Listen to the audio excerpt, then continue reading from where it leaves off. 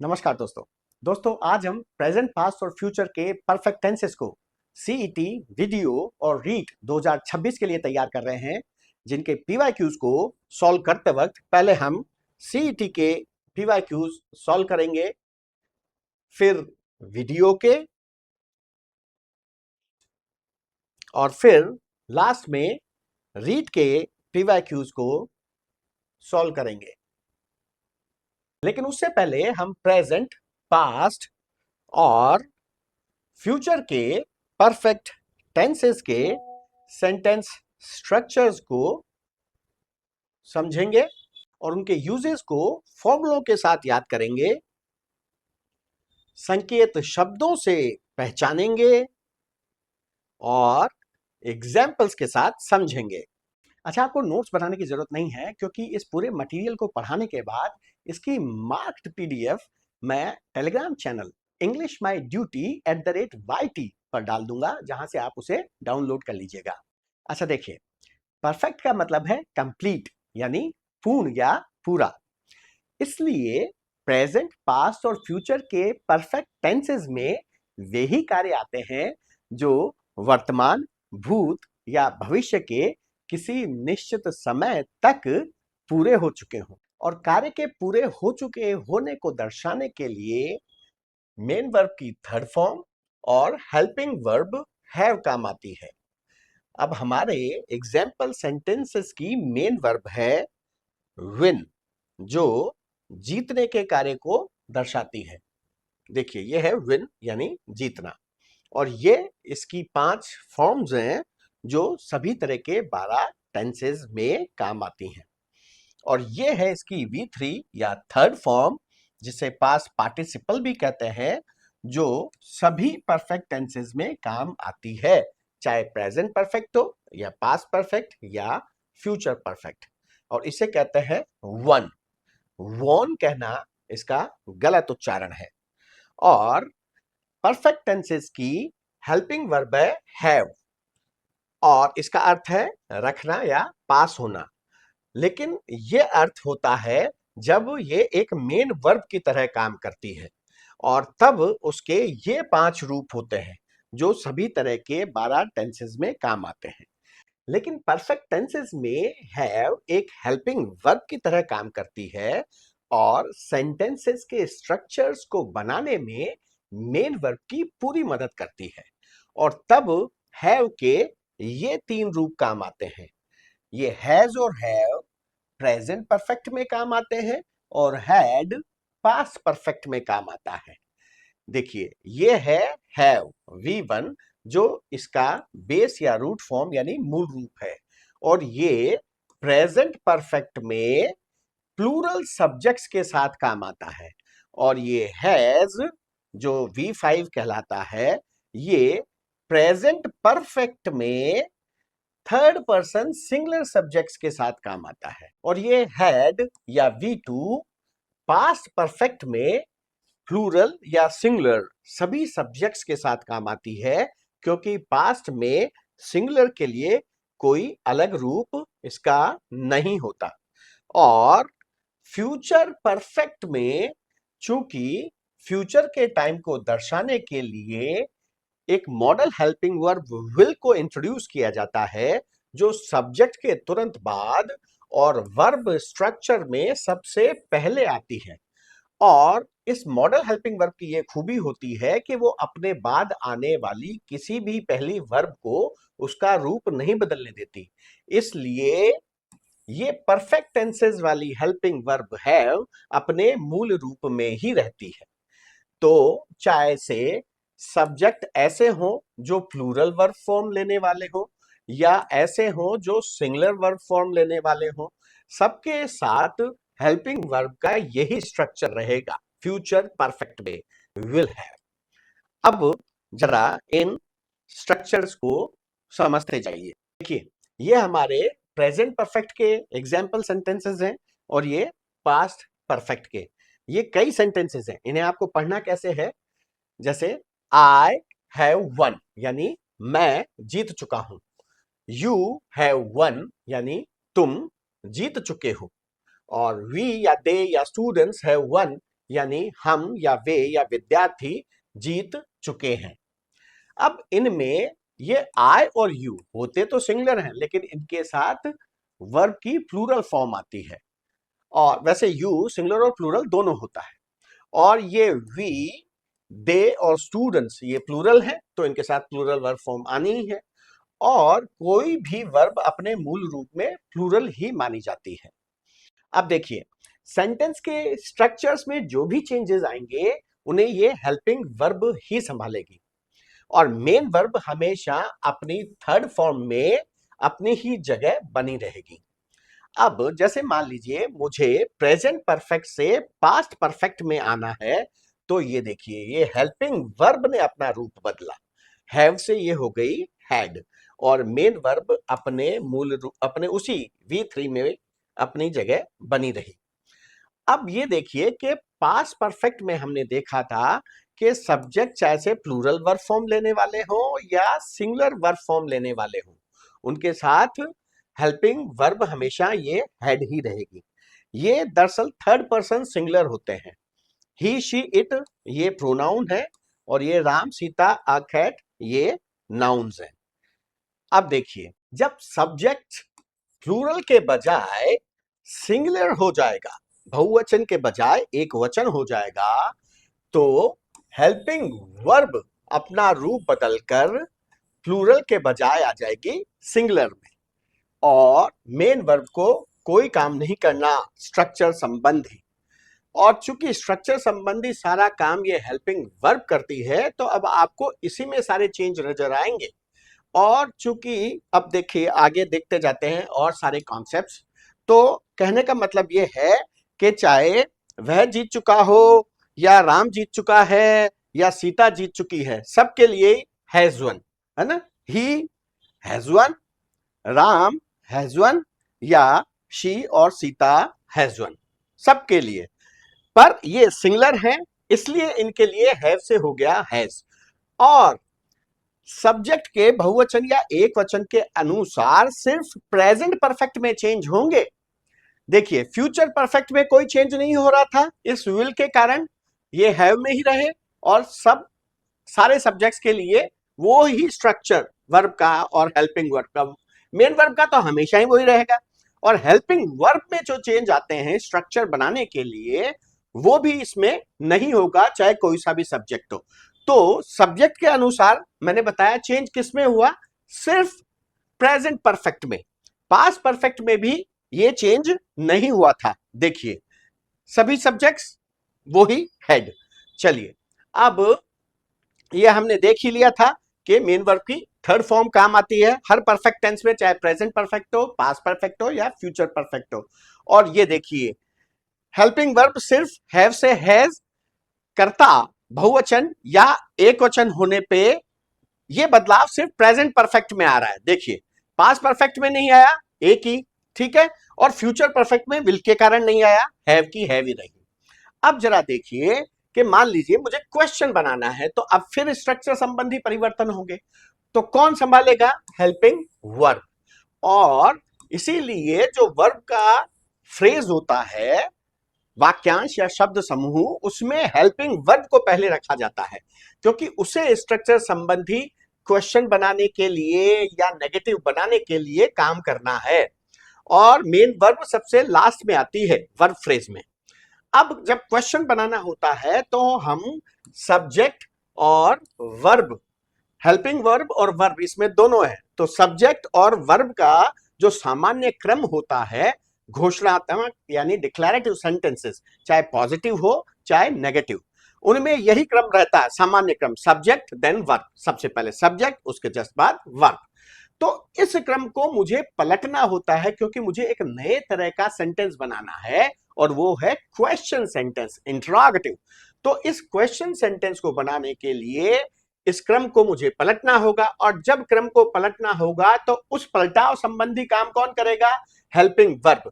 वो अकेली जाके सब्जेक्ट से पहले पहुंच जाएगी और कह देगी कि लो हो गया इन्वर्जन, हो गया पलटाव, अब सब्जेक्ट महोदय आप आ जाइए, तो सब्जेक्ट आ जाता है, और मेन वर्ब को कोई काम नहीं करना स्ट्रक्चर संबंधी, ये ध्यान रखिएगा। सारे अब जो भी स्ट्रक्चर संबंधी बदलाव आएंगे उन्हें कौन संभालेगा? Helping verb. पहले सब्जेक्ट के अनुसार जो बदलाव आए थे उसको भी किसने संभाला? हेल्पिंग वर्ब ने।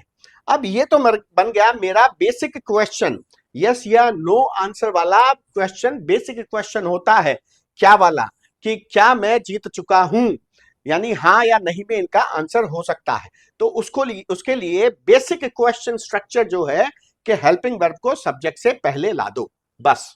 अब मुझे इस बेसिक क्वेश्चन स्ट्रक्चर से ज्यादा जानकारी चाहिए, तो मुझे जो भी विशिष्ट जानकारी चाहिए ना, वो मैं उसी आशय का WH वर्ड यहां रख दूंगा इस बेसिक क्वेश्चन स्ट्रक्चर से पहले।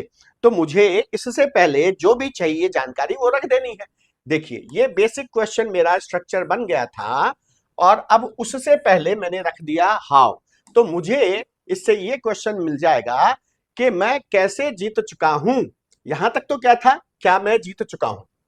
अब कैसे जीत चुका हूं, तो वो हाउ लगा दो बस इस बेसिक क्वेश्चन स्ट्रक्चर से पहले। सिंपल।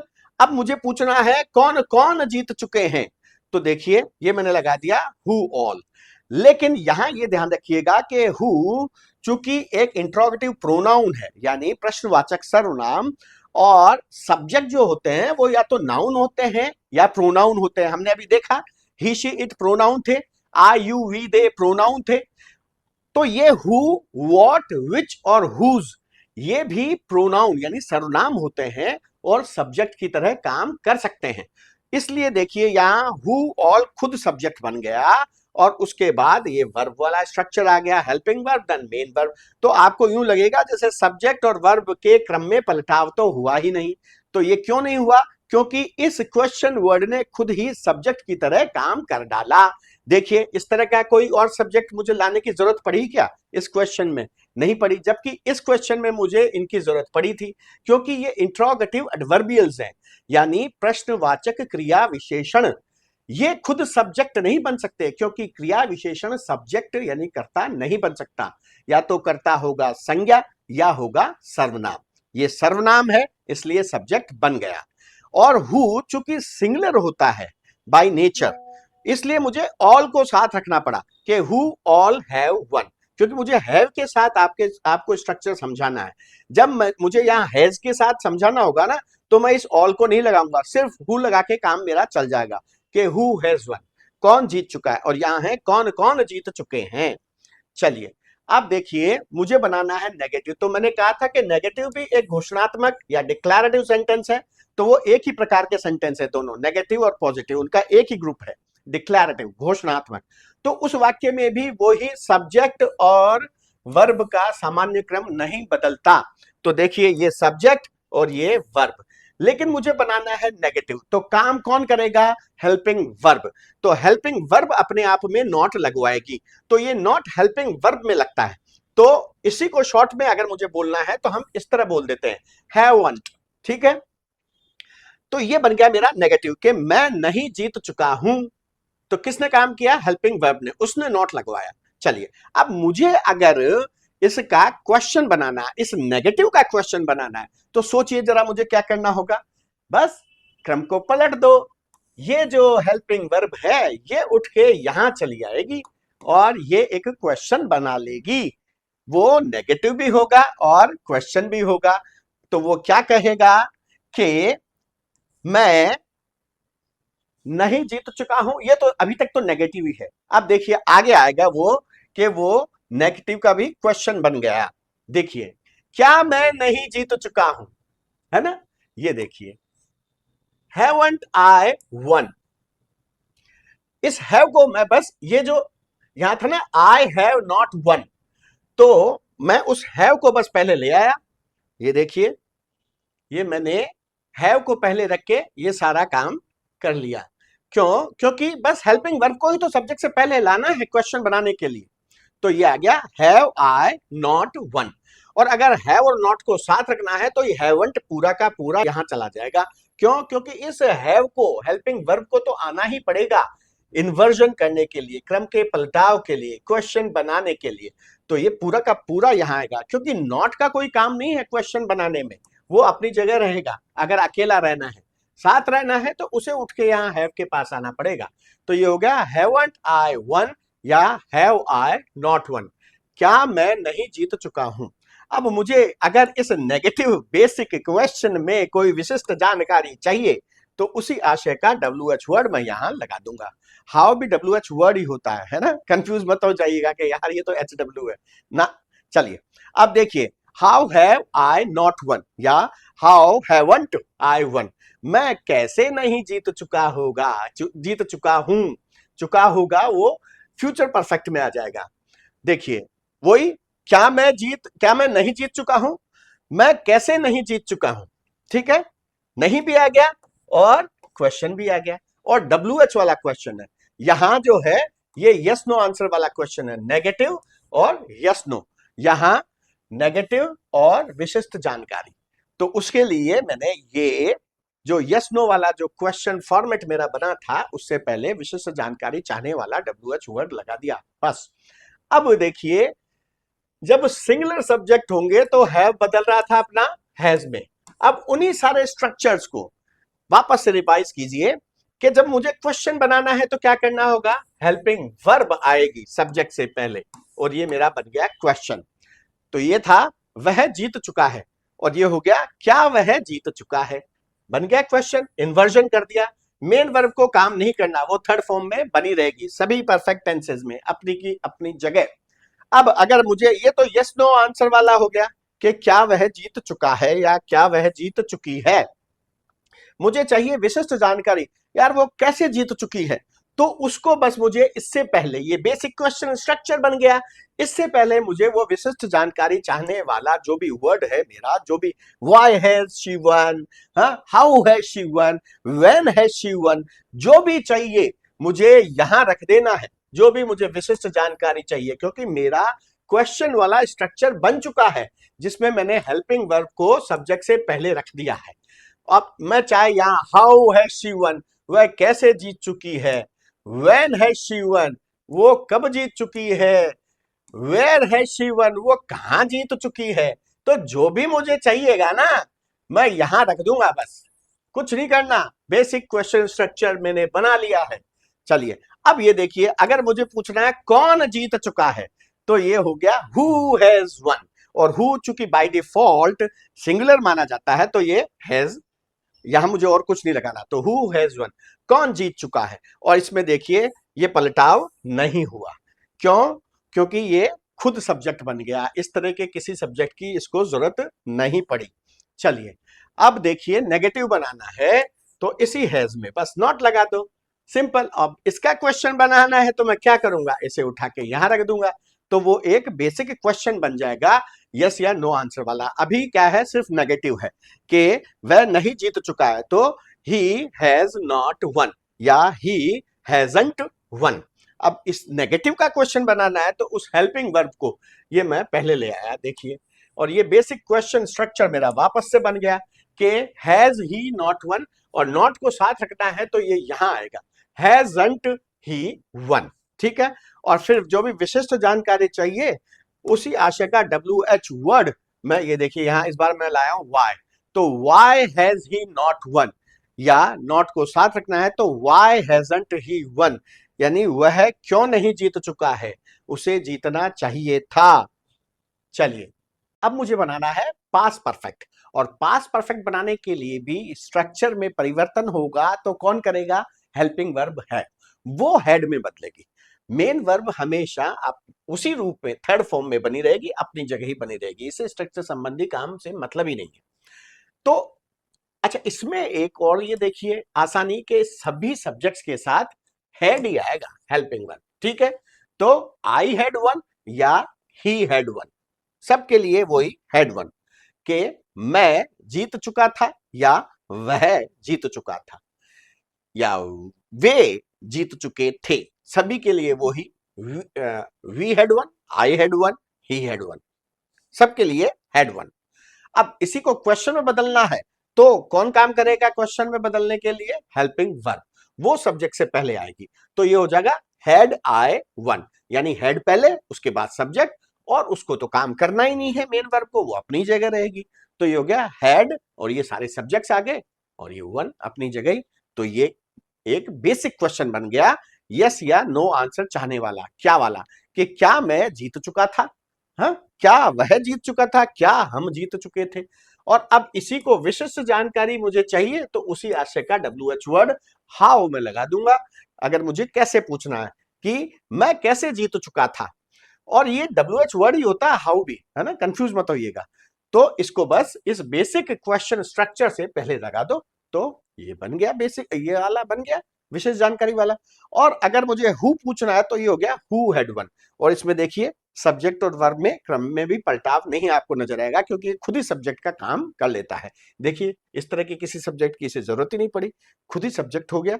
चलिए अब नेगेटिव बनाना है, तो पहले तो देखिए ये तो है पॉजिटिव सेंटेंस। अब नेगेटिव बनाने के लिए इसी में बस नॉट लगा दो, क्योंकि काम कौन करेगा? सभी स्ट्रक्चर से संबंधित हेल्पिंग वर्ब। तो नॉट किसमें लगेगा?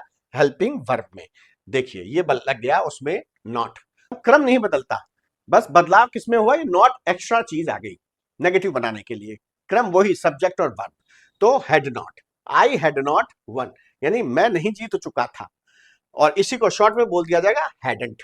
जब शॉर्ट करते हैं ना, इसमें इस ओ को उड़ा देते हैं और उसकी जगह अपोस्ट्रोफी लगा देते हैं, बस इतना सा करते हैं, हैडंट, और उसको तुरंत बोल दिया जाता है। अब इसी नेगेटिव का क्वेश्चन बनाना है, तो ये हेल्पिंग वर्ब बनाएगी। तो हेल्पिंग वर्ब इस सब्जेक्ट से पहले आ जाएगी। तो ये हो जाएगा हैड आई नॉट वन, या हैडंट आई वन, अगर नॉट को हेड के साथ बोलना है तो यहां आना पड़ेगा नॉट को। चलिए अब विशेष जानकारी चाहिए इस नेगेटिव क्वेश्चन की, नेगेटिव बेसिक क्वेश्चन की, तो मैं उसी विशेष जानकारी चाहने वाला WH वर्ड इनसे पहले लगा दूंगा। देखिए ये लगा दिया मैंने, हाउ हैडंट आई वन, मैं कैसे नहीं जीत चुका था, या how had I not one. ठीक है, पर बोला इनको जनरली ऐसे ही जाता है, क्योंकि जब ये इस तरह का लंबा स्ट्रक्चर बन जाता है तो ये थोड़ा क्लमजी हो जाता है, इसलिए जनरली उन्हें शॉर्ट में बोला जाता है। तो हाउ हैडंट आई वन, मैं कैसे नहीं जीत चुका था, भाई मैं जीता था। अब फ्यूचर परफेक्ट, इसमें देखिए ये विल की वजह से है अपने ही रूप में बेचारा बना रहा। और simple I will have one, सभी सब्जेक्ट के साथ वो ही विल है और वो ही वन, कुछ नहीं करना। लेकिन इसमें अब ये बात ध्यान रखने की है कि ग्रामर की जो ऑपरेटर, व्याकरण की संचालक, स्ट्रक्चर बनाने वाली, अगर एक से ज्यादा हेल्पिंग वर्ब आ जाए तो वो होती है काम करने वाली हेल्पिंग वर्ब फर्स्ट। अब वो ग्रामर का संचालन करेगी, वो ही तो नॉट लगवाएगी अपने आप में, वो ही क्वेश्चन बनाने के लिए अकेली सब्जेक्ट से पहले जाएगी। अब इस सेकंड हेल्पिंग वर्ब को भी काम करने की जरूरत नहीं है, जो भी पहली हेल्पिंग वर्ब है वो काम करेगी। और फ्यूचर के सभी टेंसेस में विल को घुसेड़ा तो जाता है जबरदस्ती फ्यूचर का टाइम बताने के लिए, लेकिन उसको सबसे पहले रखा जाता है। इस चक्कर में उस विल को सारा काम करना पड़ता है। चलिए अब इसका मुझे अगर क्वेश्चन बनाना है तो ये विल सब्जेक्ट से पहले आ जाएगी, तो ये बन जाएगा विल आई हैव वन, क्या मैं जीत चुका होगा। यहां क्या जीत चुका हूंगा, यहां क्या है ये मैं जीत चुका हूंगा, या हम जीत चुके होंगे, वी विल हैव वन, या वह जीत चुका होगा तो ही विल हैव वन। और क्वेश्चन बनाना है तो विल पहले आ गई, तो विल आई हैव वन, क्या मैं जीत चुका होगा। और ये बेसिक क्वेश्चन बन गया यस या नो आंसर वाला। अब मुझे विशिष्ट जानकारी वाला चाहिए, तो इस बेसिक क्वेश्चन स्ट्रक्चर से पहले मुझे उस विशिष्ट जानकारी के आशय वाला WH वर्ड रख देना है बस। जैसे मैं कैसे जीत चुका होगा, तो ये आ गया how, how will I have one, मैं कैसे जीत चुका होगा। और अगर कौन जीत चुका होगा तो हु विल हैव वन, बस कौन जीत चुका होगा। और यहां देखिए सब्जेक्ट और वर्ब का क्रम भी नहीं पलटा, बस इतना सा डिफरेंट है इसमें। अब नॉट लगाना है तो देखिए विल में नॉट लगा, ये सेकंड हेल्पिंग वर्ब को भी काम नहीं करना। अब वो और मेन वर्ब इसको तो काम करना ही नहीं है कभी, तो विल में नॉट लगेगा, तो ये हो गया। अच्छा इसको विलेंट नहीं बोलते, इसे बोलते हैं वोंट, जैसे डोंट वैसे वोंट, है ना, डिफरेंट है पर याद रखना पड़ेगा। तो ये हो गया वोंट। अब अगर मान लीजिए इस नेगेटिव का मुझे क्वेश्चन बनाना है तो क्या करूंगा, ये विल उठ के यहां आ जाएगा, और नॉट को साथ रखना है तो वोंट पूरा का पूरा आएगा। देखिए अगर नेगेटिव का क्वेश्चन बनाना तो ये देखिए विल उठ के यहां आ गया, और अगर इसको साथ आना है नॉट को विल के, तो ये विल उठ के यहां आ जाएगा। तो वो उठ के आएगा विल के पास, विल नहीं जाएगी। क्यों? क्योंकि मुझे क्वेश्चन बनाना है, क्रम को पलटना है, सब्जेक्ट से पहले हेल्पिंग वर्ब को लाना है। तो ये बेसिक क्वेश्चन बन गया कि will I not have one या वोंट आई हैव वन। अब देखिए ये थोड़ा क्लमजी हो गया ना, will I not have one, तो इसलिए इसको इस तरह से शॉर्ट में बोला जाता है कि वोंट आई हैव वन, क्या मैं नहीं जीत चुका होगा? अपुंस तो जीतेंगे। अब देखिए ये WH वर्ड वाला बना दो, बस बेसिक क्वेश्चन स्ट्रक्चर से पहले वो WH वाला वर्ड रख दो। तो how will I not have one या how won't I have one, मैं कैसे नहीं जीत चुका होगा। चलिए अब आते हैं हम इनके यूजेस पे। तो पहले देखिए प्रेजेंट परफेक्ट के यूजेस, ये उनको याद रखने का पहला फॉर्मूला है जिसमें प्रेजेंट परफेक्ट के 9 तरह के यूजेस हैं जो ये नीले रंग में अंडरलाइन से दर्शाए गए हैं, जो प्रेजेंट परफेक्ट की पहचान भी कराते हैं। देखिए पहला फॉर्मूला है प्रेजेंट परफेक्ट में आपके व्हीकल को प्रेजेंट में परफेक्ट मानते हुए अनफिनिश्ड टाइम और ड्यूरेशन के लिए ईयर पकड़कर, कान पकड़कर आपको आरसी, आपके नए व्हीकल का registration certificate for the first time future में हमेशा के लिए दिया जाता है। अदरवाइज आपको अपने व्हीकल का रजिस्ट्रेशन रिन्यू कराना होता है 15 से 20 साल में, लेकिन यहां आपको वो फ्यूचर में हमेशा के लिए दिया जा रहा है। फिर इसी का दूसरा फॉर्मूला है जिसमें EAR ईयर और RC के लिए पूरे वर्ड है, ताकि अगर आपको वो याद ना आए तो आप इनके थ्रू से उन्हें रिकॉल कर लें। ये कहता है कि इसमें आपको प्रेजेंट में परफेक्ट मानते हुए अनफिनिश्ड टाइम और ड्यूरेशन वाले आपके एक्सपीरियंस के आधार पर आपके अचीवमेंट वाले प्रेजेंट रिजल्ट का repetition without change for the first time future में हमेशा के लिए मान लिया जाता है। यानी आपके अचीवमेंट का रेपिटेशन होगा फ्यूचर में हमेशा के लिए, ये मान लिया जाता है। चलिए अब ये वो सिग्नल वर्ड्स हैं, संकेत देने वाले शब्द या फ्रेजेस यानी वाक्यांश, जो ये बताएंगे कि आपके क्वेश्चन सेंटेंस में प्रेजेंट परफेक्ट टेंस आएगा।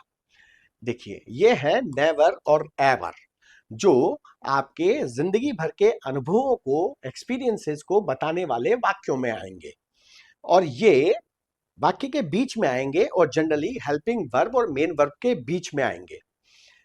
और एवर का एक अर्थ हमेशा जो होता है वो उस सेंस में ये प्रेजेंट परफेक्ट में काम नहीं आता। जैसे फॉरएवर या एवरग्रीन, वहां ये काम आता है सिंपल टेंसेस में। परफेक्ट टेंसेस में इसका अर्थ कभी भी यानी किसी समय भी के अर्थ में होता है, और नेवर कभी नहीं यानी किसी भी समय नहीं के अर्थ में होता है। फिर है जस्ट, ऑलरेडी, यट यानी जय, ये आपके वर्तमान क्षण के संदर्भ में आते हैं। फिर है बाय नाउ, सो फार, ये आपके वर्तमान क्षण तक की प्रोग्रेस के संदर्भ में आते हैं।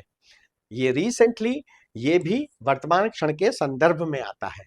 और ये सिंस और फॉर वर्तमान क्षण तक के ड्यूरेशन के लिए काम आता है, जो जनरली परफेक्ट कंटिन्यूअस टेंसेस में ज्यादा नजर आता है, लेकिन ये सिंस और फॉर अवधि बताने के लिए प्रेजेंट परफेक्ट टेंस में भी आएंगे, जो हम आगे देखेंगे। अब ये इसका पहला यूज है जो इसकी पहचान कराता है कि इसमें अनफिनिश्ड टाइम पीरियड होता है, यानी समय जो अभी समाप्त नहीं हुआ है, वर्तमान का। इसका उद्देश्य है कि एक ऐसे कार्य का वर्णन करना जो एक ऐसी समयावधि के भीतर घटित हुआ हो जो अभी भी जारी है, वर्तमान की अवधि, जैसे today, this week, this month, this year, etcetera. और ये इसके पास्ट सिंपल से डिफरेंस को भी बताता है, क्योंकि दोनों पास्ट सिंपल और प्रेजेंट परफेक्ट में काम एक्चुअली पास्ट में ही हुए हैं। प्रेजेंट परफेक्ट में काम वर्तमान क्षण से पहले हो चुका है, यानी पास्ट में हुआ है, और पास्ट सिंपल में तो पास्ट में होता ही है, लेकिन पास्ट सिंपल में पास्ट के टाइम का मेंशन होता है। प्रेजेंट परफेक्ट में प्रेजेंट वाले जो चल रहे टाइम का, अनफिनिश्ड टाइम को मेंशन किया जाता है। हालांकि प्रेजेंट परफेक्ट और पास्ट सिंपल में कुल 6 डिफरेंसेस होते हैं, उन्हें भी हम इसी वीडियो में डील करेंगे ताकि आपको हर बात बिल्कुल क्लियर हो जाए। अब इसके एग्जाम्पल देखिए, मैं आज 3 कप कॉफी पी चुका हूं, यानी आई have drunk 3 cups of coffee today. आज, ये टुडे, ये दिस वीक, ये वर्तमान अनफिनिश्ड टाइम हो गया। और ये हैव ड्रंक, ये हेल्पिंग वर्ब हैव आ गई, और ये ड्रिंक की थर्ड फॉर्म है, ड्रिंक, ड्रैंक, ड्रंक। फिर है, इस हफ्ते बहुत बारिश हो चुकी है, यानी it has rained a lot this week. तो ये दिस वीक से समझ में आ रहा है। और ये इट सिंगुलर है, he she it third person singular, तो इसके लिए हैव की जगह हो गया हैज, हेल्पिंग वर्ब। और ये मेन वर्ब की थर्ड फॉर्म, रेन, रेन्ड, रेन्ड। और रेन नाउन भी होता है, बारिश, और रेन बारिश होने की क्रिया भी होता है, यहां वर्ब के रूप में ये काम आया है। अब बीते समय से शुरू होकर वर्तमान में अब तक की जारी अवधि की स्थितियां और कार्य, यहां ये सिंस और फॉर की तरह काम आता है। देखिए, पास्ट अनफिनिश्ड ड्यूरेशन, पास्ट से लेके वर्तमान क्षण तक की ड्यूरेशन के लिए उद्देश्य है यह बताना कि कोई स्थिति या कार्य भूतकाल में शुरू हुए और वर्तमान समय में अभी भी जारी हैं। जो परफेक्ट कंटिन्यूअस टेंसेस में ज्यादा होता है, लेकिन यहां भी काम आएगा। क्यों? क्योंकि इसमें आमतौर पर अवधि दर्शाने के लिए गैर निरंतर, नॉन कंटिन्यूअस स्थिति सूचक क्रियाओं यानी स्टेटिव वर्ब्स जैसे बी, नो, हैव, लाइक आदि का प्रयोग होता है, क्योंकि स्थिति सूचक क्रियाएं लगातार होने के भाव के लिए क्रिया के आईएनजी, वर्ब की आईएनजी फॉर्म में प्रयोग नहीं की जा सकती। इसलिए स्थिति सूचक क्रियाओं का प्रयोग अवधि दर्शाने के लिए परफेक्ट कंटिन्यूअस टेंसेस में नहीं किया जा सकता। इसलिए उनके केस में परफेक्ट टेंस को ही काम लिया जाता है अवधि दिखाने के लिए। दूसरी ओर देखिए, क्रियात्मक क्रियाएं जो एक्शन वर्ब्स हैं, वो आमतौर पर अवधि दर्शाने के लिए प्रेजेंट परफेक्ट कंटिन्यूअस टेंस का उपयोग करती हैं। हालांकि लिव, वर्क, लर्न, टीच जैसी दीर्घकालिक क्रियात्मक क्रियाएं यानी ड्यूरेटिव एक्शन वर्ब्स कौन सी वाली, जो जिनमें लंबी अवधि होती है, जैसे लिव तो वो लंबी अवधि के लिए काम होता है, वर्क लंबी अवधि के लिए, लर्न लंबी, टीच लंबी, किसी वो क्षणिक नहीं होता। तो दोनों प्रकार के परफेक्ट टेंसेस ले लेती हैं ये, वो सिंपल परफेक्ट में भी बताई जा सकती हैं और परफेक्ट कंटिन्यूअस में भी ये वर्ब्स काम आ सकती हैं जो लंबी अवधि को दर्शाती हैं। इनमें से किसी का भी उपयोग अवधि दर्शाने के लिए कर सकती हैं, ये वाली परफेक्ट या परफेक्ट कंटिन्यूअस। लेकिन क्षणिक क्रियाएं यानी इंस्टेंटेनियस और पंक्चुअल एक्शन वर्ब्स जैसे कौन सी वाली, किक, शूट, लीव, अराइव आदि अवधि दर्शाने के लिए दोनों में से किसी भी तरह के परफेक्ट टेंस को यूज नहीं कर सकती, क्योंकि वस्तुतः क्षणिक होने के कारण वे एक अवधि दर्शा ही नहीं सकती। किक, अब इसमें कौन सी अवधि होगी, ये तो तुरंत हो जाएगा, शूट तुरंत हो जाएगा, इसलिए इनको अवधि दर्शाने वाले सेंटेंसेस में काम लिया ही नहीं जा सकेगा। अब एग्जाम्पल देखिए, हम एक दूसरे को 10 साल से जानते हैं, तो we have known each other for 10 years, और ये देखिए 4 आ गया, और ये अवधि की मात्रा आ गई 10 years। सिंस आता है किसी पास्ट के समय बिंदु से अब तक जब अवधि दर्शानी होती है तब, तो समय बिंदु को दर्शाने के लिए सिंस आता है, और 4 सीधे सीधे अवधि की मात्रा दर्शा देता है।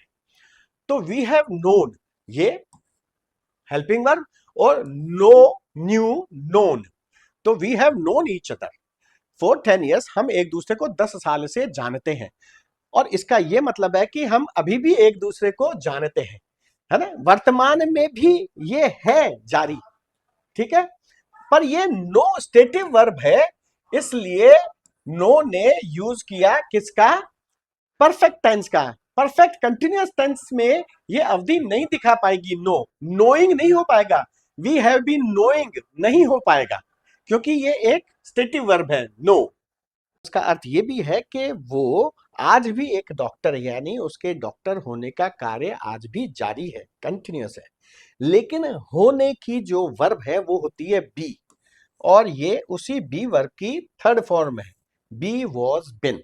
लेकिन ये एक स्टेटिव यानी स्थिति सूचक क्रिया है, इसलिए इसे कंटिन्यूअस सेंस आईएनजी फॉर्म में अवधि बताने के लिए काम में नहीं लिया जा सकता। हम ये नहीं कह सकते कि he has been being a doctor since 2018। इसलिए इस स्टेटिव वर्ब के लिए मुझे प्रेजेंट परफेक्ट टेंस के साथ इसको अवधि बताने के लिए काम में लिया जाना जरूरी हो गया। तो ये हो गया he has been a doctor since 2018। वह 2018 से एक डॉक्टर है। फिर है I have worked here for 5 years, और ये 4 से सीधा ड्यूरेशन, सीधी अवधि की मात्रा बता दी गई, 5 years। और यहां देखिए ये जो वर्क है ये थर्ड फॉर्म मेन वर्ब की, वर्क, वर्कड, वर्कड, ये वर्क की थर्ड फॉर्म है। और वर्क एक ड्यूरेटिव एक्शन वर्ब है जिसमें लंबी अवधि होती है। वर्क क्षणिक नहीं होता, लंबे समय के लिए होता है, लेकिन इसे कंटिन्यूअस में भी काम लिया जा सकता है, ये एक्शन वर्ब है। तो आपको ज्यादातर ऐसे एग्जाम्पल मिलेंगे कि I have been working here for 5 years, perfect continuous का ये उदाहरण है। लेकिन ये durative action verb simple perfect tenses में भी अवधि को बता सकती है। तो ये I have worked here for 5 years ये भी सही है, और दोनों का अर्थ वही है कि मैं यहां 5 साल से काम कर रहा हूं, यानी कार्य, काम अभी भी जारी है, अब भी काम कर रहा हूं। ठीक है, दोनों का वही मतलब है। अब है जीवन का अनुभव, नेवर एवर के प्रयोग के साथ बताना, लाइफ एक्सपीरियंसेस। इनमें उद्देश्य है उन चीजों के बारे में बात करना जो आपके जीवन काल में वर्तमान समय तक घटित हुई हैं या नहीं हुई हैं। यह घटना कब हुई उसका ठीक समय जानना जरूरी नहीं है, जबकि पास्ट परफेक्ट में और फ्यूचर परफेक्ट में उस कार्य के निश्चित समय का उल्लेख अवश्य होता है कि तब तक कार्य हो चुका था या हो चुका होगा। लेकिन वर्तमान में, प्रेजेंट परफेक्ट में, वर्तमान के निश्चित समय का उल्लेख कई बार नहीं किया जाता क्योंकि वो अंडरस्टूड होता है। जैसे ये जीवन का अनुभव वर्तमान के क्षण तक का ही है, तो इसमें वर्तमान के समय का उल्लेख करना जरूरी नहीं है। पास्ट में अनुभव हुआ है, उससे हमें कोई लेना देना नहीं है, लेकिन वो वर्तमान क्षण तक है। जैसे मैं 2 बार टोक्यो जा चुका हूं, तो वो वर्तमान क्षण तक के बारे में बात कर रहा है, प्रेजेंट से इस तरह से उसका लिंक है। I have visited Tokyo twice, यानी जिंदगी भर तक वो 2 बार अब तक जा चुका है। तो ये कितने बार हुआ ये अनुभव से, ये भी इसका स्पष्ट हो रहा है यहाँ। और आई के साथ ये हैव हेल्पिंग वर्ब, और विजिट, विजिटेड, विजिटेड, ये थर्ड फॉर्म। फिर है she has never tried scuba diving. अब देखिए ये नेवर के साथ आ गया अनुभव जिंदगी भर का, कि उसने कभी भी स्कूबा डाइविंग की कोशिश नहीं की या कभी भी स्कूबा डाइविंग उसने नहीं की है अब तक, वर्तमान क्षण तक। और ये शी थर्ड पर्सन सिंगुलर, तो हैव की जगह हो गया हैज, हेल्पिंग वर्ब। और देखिए ये नेवर हेल्पिंग वर्ब और मेन वर्ब के बीच में आया है। तो नेवर अक्सर ऐसे ही आता है, कभी नहीं के सेंस में। अब है have you ever been to Agra, यानी क्या तुम कभी आगरा गए हो या होकर आए हो। यानी हिंदी में जाना और होकर आना दोनों काम आ रहे हैं, लेकिन इंग्लिश में इसके लिए सिर्फ होना काम आता है, सिर्फ बी वर्ब काम आती है किसी जगह की यात्रा करने के संदर्भ में। क्योंकि इंग्लिश में गो में सिर्फ जाना होता है, वापस आना नहीं होता। और ये फर्क देखिए, बिन टू बनाम गोन टू का। इंग्लिश में बिन टू का मतलब है कि आप एक स्थान पर गए और वापस आए। किसी व्यक्ति ने अपने जीवन काल में कहीं की यात्रा की है या नहीं, यह पूछने के लिए बिन टू का सही वाक्यांश है। गोन टू उस संदर्भ में काम नहीं लिया जाता। और यहां देखिए ये एवर आया तो हेल्पिंग वर्ब और मेन वर्ब के बीच में ही है, लेकिन चूंकि ये एक क्वेश्चन है और क्वेश्चन बनाने के लिए हेल्पिंग वर्ब को सब्जेक्ट से पहले जाना पड़ता है, इसलिए हेल्पिंग वर्ब के बाद पहले सब्जेक्ट आया है। चलिए अब है I have been to Agra once, यानी मैं एक बार आगरा गया हूं या होकर आया हूं, तो वही फिर से हैव बिन यात्रा के संदर्भ में। चलिए अब देखिए उपलब्धियां एवं सफलताएं, यानी अकम्पलिशमेंट्स एंड अचीवमेंट्स। अब किसी व्यक्ति, समूह या मानव जाति द्वारा हासिल की गई उपलब्धि को बताना इसमें होता है। इसमें आप किसी विशिष्ट समय का उल्लेख नहीं करते, क्योंकि वो सफलताएं वर्तमान क्षण तक के संदर्भ में ही होती हैं, ऑब्वियसली। जैसे scientist have discovered a new cure, यानी वैज्ञानिकों ने एक नया इलाज खोज लिया है। तो साइंटिस्ट प्लूरल तो हैव, और डिस्कवर, डिस्कवर्ड, डिस्कवर्ड, खोज लिया है। मानव ने चंद्रमा पर कदम रख दिया है, तो man has walked on the moon, ये इसी तरह कहा जाता है इंग्लिश में। और ये वॉक, वॉक्ड, वॉक्ड, और ये मैन सिंगुलर तो हैव का हो गया हैज।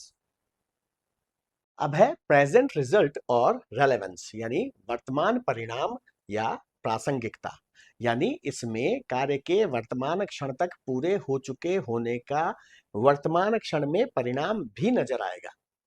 और इसमें ये जस्ट, ऑलरेडी और यट का उपयोग आपको नजर आएगा।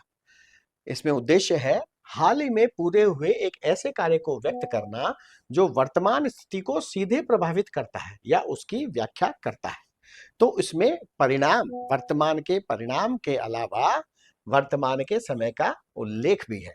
और इस तरह से ये पास्ट सिंपल से यहाँ डिफरेंट आपको नजर आएगा। I have lost my keys, यानी मैंने अपनी चाबियां खो दी है। तो इसका परिणाम यह है कि वे अभी मेरे पास नहीं है। और इसमें ये लॉस्ट लूज वर्ब की थर्ड फॉर्म है। लूज यानी खोना या खो देना, और लूज, लॉस्ट, लॉस्ट। अब अगर मैं इसे पास्ट सिंपल में कहता तो मैं कहता आई लॉस्ट माई कीज, यानी मैंने अपनी चाबियां खो दी थी। अब लूज का वहां सेकंड फॉर्म आया, लूज, लॉस्ट। पर उससे यह स्पष्ट नहीं हो रहा कि मैंने अपनी चाबियां खो दी थी तो वर्तमान में वो मेरे पास हैं कि नहीं है। जबकि प्रेजेंट परफेक्ट में अगर मैं इसे ये कह रहा हूं कि I have lost my keys, तो उसका अर्थ ये है कि वो वर्तमान में मेरे पास नहीं है। यानी परफेक्ट टेंसेस में न सिर्फ कार्य का एक निश्चित समय तक पूरा हो चुका होना होता है, बल्कि साथ में उस निश्चित समय पर कार्य के पूरे हो चुके होने का परिणाम भी नजर आता है। देखिए अब इसी का अगला एग्जाम्पल है, the train has just left, यानी ट्रेन अभी अभी निकली है। तो इसका परिणाम यह है कि अब प्लेटफॉर्म खाली है। और ये देखिए यहां ये जस्ट का उपयोग हो गया, जस्ट, ऑलरेडी, यट, वर्तमान क्षण के संदर्भ में।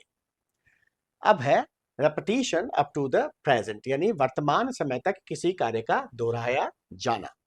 ऐसे कार्य को दर्शाना जो अब से पहले कई बार हो चुका है। जैसे हम यह फिल्म पहले ही 4 बार देख चुके हैं। So we have seen this movie 4 times already. अब ये देखिए ऑलरेडी, वर्तमान समय तक। फिर है वह आज सुबह उसे 3 बार कॉल कर चुकी है। So she has called him 3 times this morning. तो 3 बार ये काम हो चुका है, कॉल, कॉल्ड, कॉल्ड, और सी, सॉ, सीन। अब है चेंज ओवर टाइम, समय के साथ बदलाव। तो इसमें ग्रेजुअल डेवलपमेंट होता है, क्रमिक विकास, उसका वर्णन करना, क्रमिक विकास का जो अब तक की अवधि के दौरान हो चुका है। अब हमने कंटिन्यूअस टेंसेस में भी ये देखा था, लेकिन उसमें प्रेजेंट कंटिन्यूअस में वर्तमान समय में भी वो क्रमिक विकास जारी था, हो रहा था।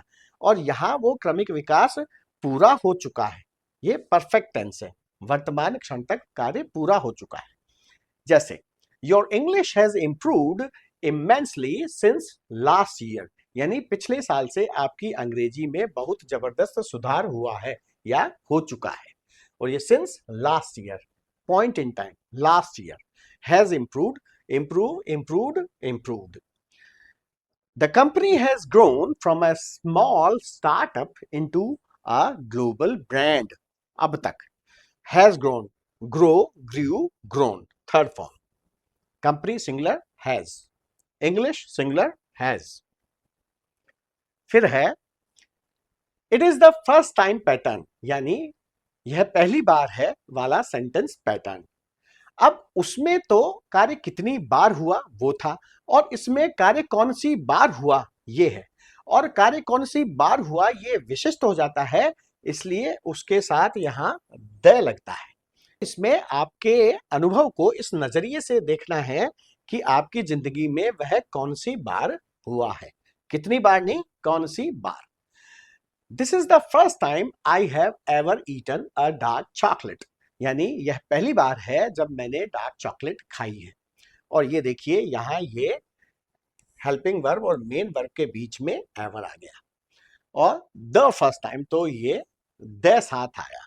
It is the third time he has lost his wallet this month, यानी इस महीने में यह तीसरी बार है जब उसने अपना वॉलेट खो दिया है। तो ये the third time, has lost वही लूज लॉस्ट लॉस्ट, और ईट एट ईटन। अब है फ्यूचर टाइम क्लॉजेस, यानी भविष्य काल के उपवाक्यों में भविष्य का उल्लेख करने के लिए प्रेजेंट परफेक्ट का यूज। और ऐसे उपवाक्य कुछ विशेष संयोजकों के बाद आते हैं। संयोजक यानी कंजंक्शंस, और वो विशेष संयोजक होते हैं समय सूचक संयोजक, यानी टाइम कंजंक्शंस, जो समय सूचक उपवाक्यों या टाइम क्लॉजेस को शुरू करते हैं। ये when, after, as soon as, until, once आदि के साथ वाले समय सूचक उपवाक्यों में यह दिखाने के लिए किया जाता है कि भविष्य का कोई काम तभी होगा जब पहला काम पूरी तरह से पूरा हो जाएगा। तो ये जो पूरी तरह से पूरा हो जाएगा ना, ये तो होगा प्रेजेंट परफेक्ट में, लेकिन ये भी काम होगा भविष्य में ही। देखिए, I will go to bed as soon as I have finished this chapter, यानी यह अध्याय खत्म करते ही मैं सोने चला जाऊंगा। तो देखिए ये चला जाऊंगा, ये तो है main clause. I will go, तो इसमें तो फ्यूचर सिंपल आया है। अब ये है सबऑर्डिनेट क्लॉज, जो शुरू हुआ है इस time conjunction as soon as से, और ये इस टाइम सबऑर्डिनेट क्लॉज को जन्म दे रहा है, शुरुआत कर रहा है। और इसमें यह आया है, देखिए, प्रेजेंट परफेक्ट, जिससे भविष्य का उल्लेख हुआ है। तो ये काम भी भविष्य में ही होगा। अध्याय खत्म करते ही, तो अध्याय खत्म करने का काम भी भविष्य में होगा, और उसके बाद सोने जाने का काम भविष्य में होगा। उसको तो फ्यूचर सिंपल से दिखाया ही गया है। लेकिन यहां देखिए, भविष्य का उल्लेख करने के लिए इस टाइम कंजंक्शन से शुरू होने वाले टाइम सबऑर्डिनेट क्लॉज में प्रेजेंट परफेक्ट के द्वारा भविष्य का उल्लेख किया गया है। और हमने प्रेजेंट सिंपल में भी ये देखा था कि टाइम क्लॉजेस में प्रेजेंट टेंस आता है फ्यूचर सिंपल वाले मेन क्लॉज के साथ। तो सबऑर्डिनेट क्लॉज में या तो आएगा प्रेजेंट सिंपल या आ रहा है प्रेजेंट परफेक्ट, जिससे भविष्य का उल्लेख किया जा रहा है। अब है after you have sign the document hand it to the receptionist, यानी दस्तावेज पर हस्ताक्षर करने के बाद इसे रिसेप्शनिस्ट को दे दें। अब देखिए, इसमें ये हस्ताक्षर करने का काम और रिसेप्शनिस्ट को देने का काम दोनों फ्यूचर में हो रहे हैं, लेकिन फ्यूचर का कोई टेंस दोनों में ही क्लॉजेस में नहीं है। यहां तो है प्रेजेंट परफेक्ट के द्वारा फ्यूचर दिखाया गया है, क्योंकि देखिए ये एक टाइम रिलेटेड सबऑर्डिनेट क्लॉज है जो टाइम कंजंक्शन आफ्टर से शुरू हो रहा है। और यहां ये इंपेरेटिव सेंटेंस है जो प्रेजेंट सिंपल से शुरू हो रहा है। तो इंपेरेटिव सेंटेंस, आदेशात्मक वाक्य प्रेजेंट सिंपल से दर्शाए जाते हैं, लेकिन उनमें अक्सर होता क्या है कि आप आदेश दोगे तो उसकी अनुपालना भविष्य में ही तो होगी। तो होता काम भविष्य में, दिखाया प्रेजेंट सिंपल से जाता है। तो यहां भी देखिए, ये प्रेजेंट सिंपल से इंपेरेटिव यानी आदेशात्मक वाक्य दिखा दिया गया, फ्यूचर का उल्लेख, और यहां फ्यूचर का उल्लेख हुआ प्रेजेंट परफेक्ट से, यानी दोनों ही क्लॉजेस में फ्यूचर टेंस आया ही नहीं और फ्यूचर का उल्लेख हो गया। अब जरा प्रेजेंट परफेक्ट और पास्ट सिंपल के डिफरेंस को एक नजर में फटाफट देखिए।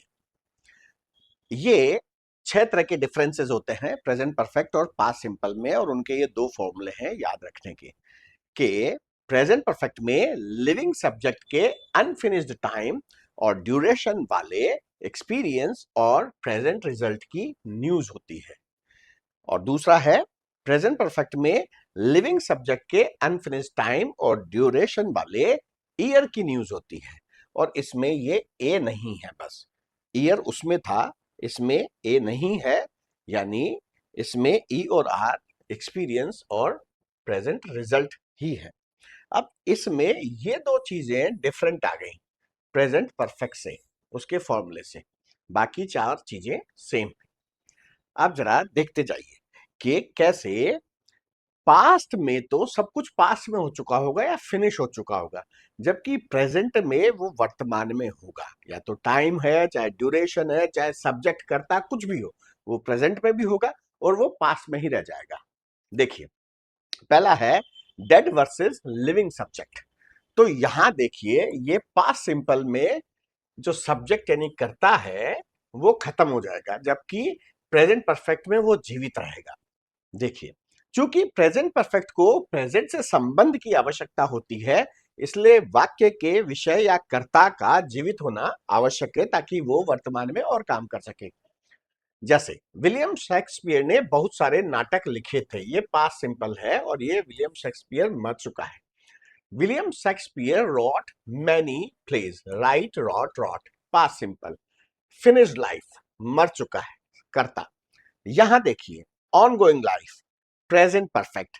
जेके रोलिंग जो जिंदा है, हैज रिटन मैनी बुक्स, तो ये प्रेजेंट परफेक्ट, वो बहुत सारी किताबें लिख चुकी है, वो जिंदा है और अभी और लिख सकती है। अब पास्ट परफेक्ट में, पास्ट सिंपल में है फिनिश्ड टाइम, समय समाप्त, और यहां प्रेजेंट परफेक्ट में असमाप्त समय।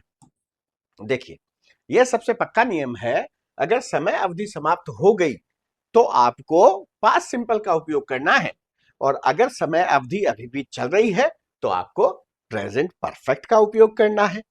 बाकी काम दोनों हो गए पास्ट में ही। देखिए, सिंपल पास्ट बीता हुआ समय, I drank 3 cups of coffee yesterday, तो भूतकालीन समय आ गया तो यहां पास्ट सिंपल ही लगेगा।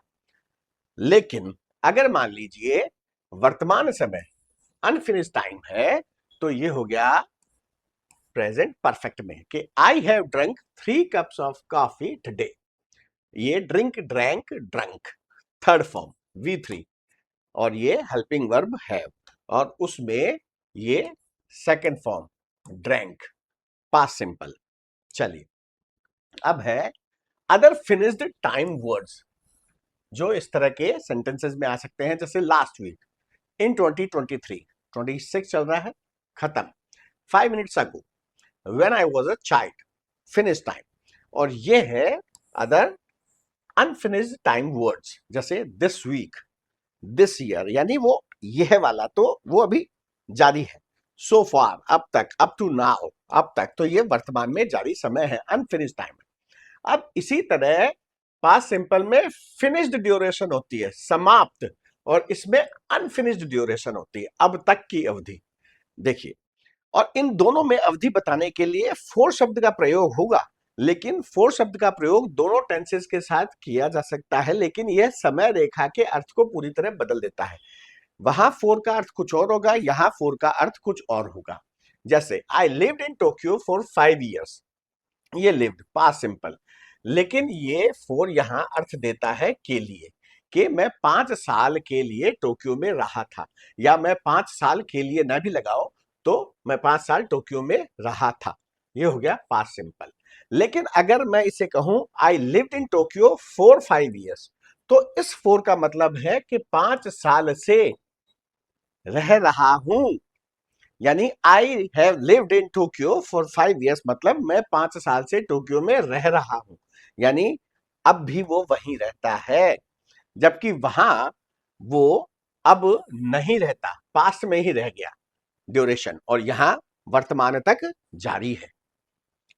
अब लाइफ एक्सपीरियंस में जीवन का अनुभव है तो वर्तमान क्षण तक है, लेकिन उसमें वर्तमान क्षण का उल्लेख अक्सर नहीं होता, जरूरत नहीं पड़ती।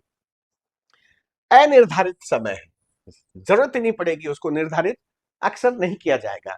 जबकि पास्ट सिंपल में अगर बताना होगा अनुभव को, तो उसमें वो पास्ट के निश्चित समय का उल्लेख करेगा।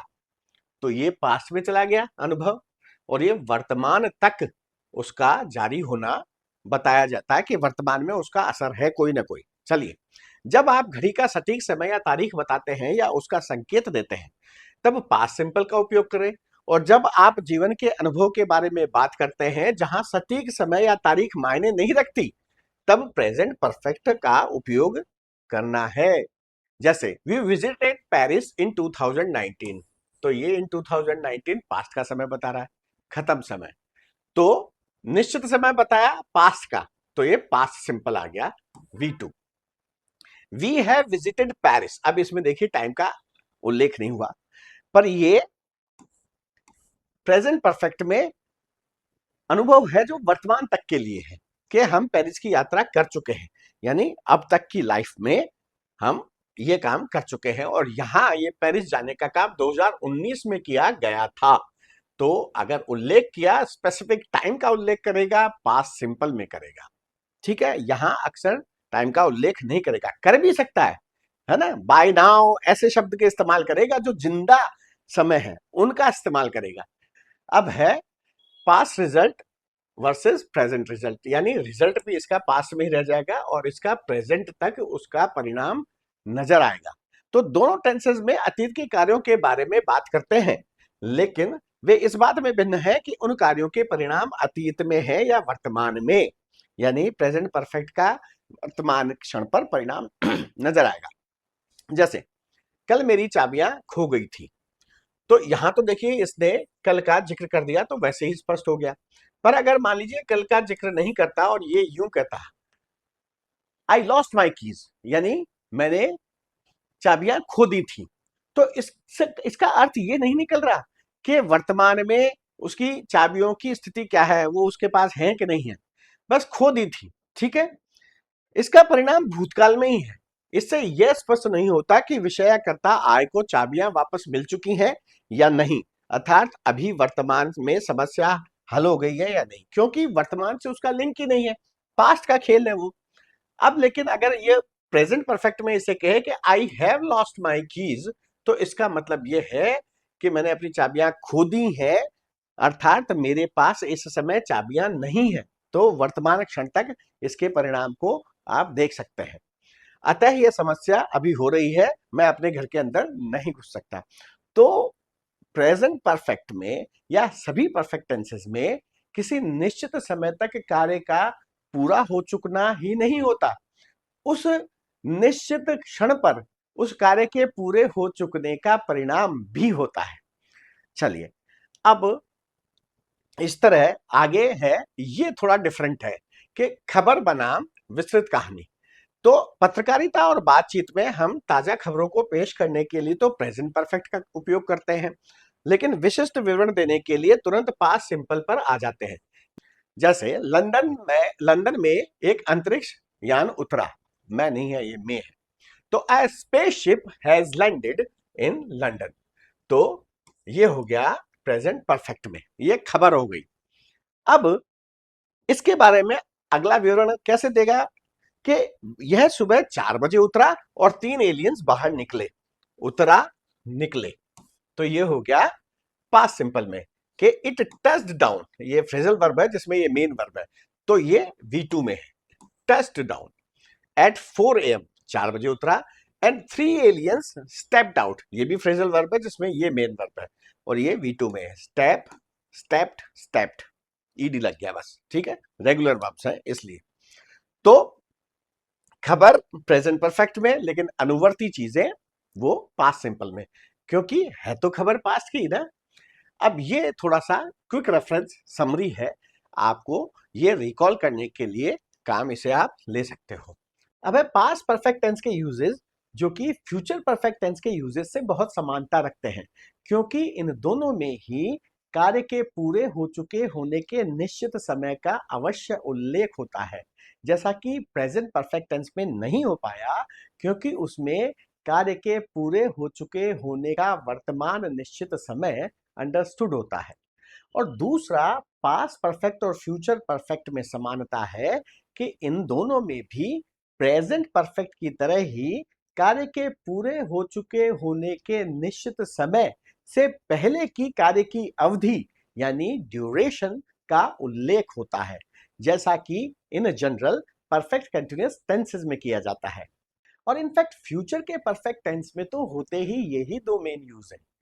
पहला, कि फ्यूचर के टाइम के किसी निश्चित समय का उल्लेख होता है, और दूसरा, उस निश्चित समय से पहले के कार्य के ड्यूरेशन यानी अवधि का उल्लेख होता है, जो कि यूजुअली परफेक्ट कंटीन्यूअस टेंसेस में होता है। और बाकी का जो ये मॉडल वाला यूज है, इसमें विल एक मॉडल हेल्पिंग वर्ब की तरह काम आती है, और बाकी के जो यूजेस हैं वो बहुत एडवांस यूजेस हैं, वो आपके लेवल के नहीं है। अब ये पास्ट परफेक्ट के 7 तरह के यूजेस का फॉर्मूला है कि पास्ट परफेक्ट में पास्ट टाइम और ड्यूरेशन की आई और यू की यानी मेरी और तुम्हारी रिपोर्ट के लिए for the first time immediately काम होता दिखता है। और इसका दूसरा फॉर्मूला है पास्ट परफेक्ट में पास्ट टाइम और ड्यूरेशन की इमेजिनरी अनफुलफिल्ड इंटेंशंस की रिपोर्ट के लिए for the first time immediately काम होता दिखता है। और इसमें आई और यू वाले पूरे शब्द हैं कि इमेजिनरी सिचुएशंस में और अनफुलफिल्ड इंटेंशंस के लिए पास्ट परफेक्ट का यूज होता है। अब उन सिग्नल वर्ड्स और फ्रेजेस को देखिए, संकेत देने वाले शब्द या वाक्यांश जो ये बताते हैं कि आपके क्वेश्चन सेंटेंस में पास्ट परफेक्ट आएगा। अब उनमें ये जो 4 हैं, ये तो तब होते हैं जब पास्ट परफेक्ट वाले उपवाक्य के साथ एक पास्ट सिंपल वाला उपवाक्य होता है और उन दोनों के बीच में संबंध स्थापित किया जाता है, और ये हम आगे के यूजेस में देखेंगे। और ये जो सिग्नल वर्ड्स हैं, बाय द टाइम या by a specific time, date, month, किसी विशिष्ट समय, तारीख, वर्ष या आदि तक, इनमें किसी निश्चित समय तक कार्य के पूरे हो चुके होने का भाव होता है, और ये हम आगे देखेंगे। और ये सिंस और फॉर में कार्य का ड्यूरेशन बताया जाता है, जो प्रेजेंट परफेक्ट में भी हुआ और फ्यूचर परफेक्ट में भी होगा। लेकिन फ्यूचर परफेक्ट में ये सिंस काम नहीं आ सकेगा, ये हम फ्यूचर परफेक्ट के यूजेस को करते वक्त देखेंगे। अब ये इसका पहला मुख्य यूज है, भूतकालीन कालक्रम संबंधी उपयोग, और ये पहले मुख्य यूज का पहला प्रकार है। इसमें कार्य का भूतकाल की किसी विशिष्ट समय सीमा से पहले पूरा हो चुका होना बताया जाता है। जैसे हमने वो देखा था ना, बाय 4 PM ऐसे। ये देखिए वही एग्जाम्पल है कि by 4 PM everyone had left the office, यानी शाम 4 बजे तक सभी ऑफिस से जा चुके थे। ये पास्ट में हुआ है काम, है ना। और ये सिर्फ इससे पता लग रहा है, ये हैव पास्ट परफेक्ट में बन गया had, helping verb perfect tenses की। और ये लीव, लेफ्ट, लेफ्ट, ये V3 आ गई लीव वर्ब की, ठीक है। तो इस तरह इसमें पास्ट परफेक्ट आ गया कि इस निश्चित समय से पहले ये जाने का कार्य हो चुका था। अब ये पहले यूज का दूसरा मुख्य प्रकार है, और ये बहुत इंपॉर्टेंट है आपके लिहाज से। इसमें कार्य का भूतकाल के किसी अन्य कार्य से पहले पूरा होना दर्शाया जाता है, और वो भूतकाल का कोई अन्य कार्य तो होता है प्रेजेंट सिंपल में, और उससे पहले जो कार्य होता है वो होता है पास्ट परफेक्ट में। और इस तरह इसमें भूतकाल से भी पहले का भूतकाल यानी पास्ट इन द पास्ट होता है पास्ट परफेक्ट में। देखिए, जब आप पास्ट परफेक्ट टेंस का प्रयोग करते हैं पास्ट सिंपल वाले कार्य के साथ, तो आपको दोनों उपवाक्यों में दर्शाई गई दोनों घटनाओं के बीच के संबंध को स्पष्ट करने के लिए बिफोर, आफ्टर, ये हमने पहले देखे थे ना अभी, when, by the time, because, as, since आदि जैसे संयोजक शब्द यानी कनेक्टर का उपयोग अवश्य करना चाहिए संबंध को स्पष्ट करने के लिए दोनों कार्यों में।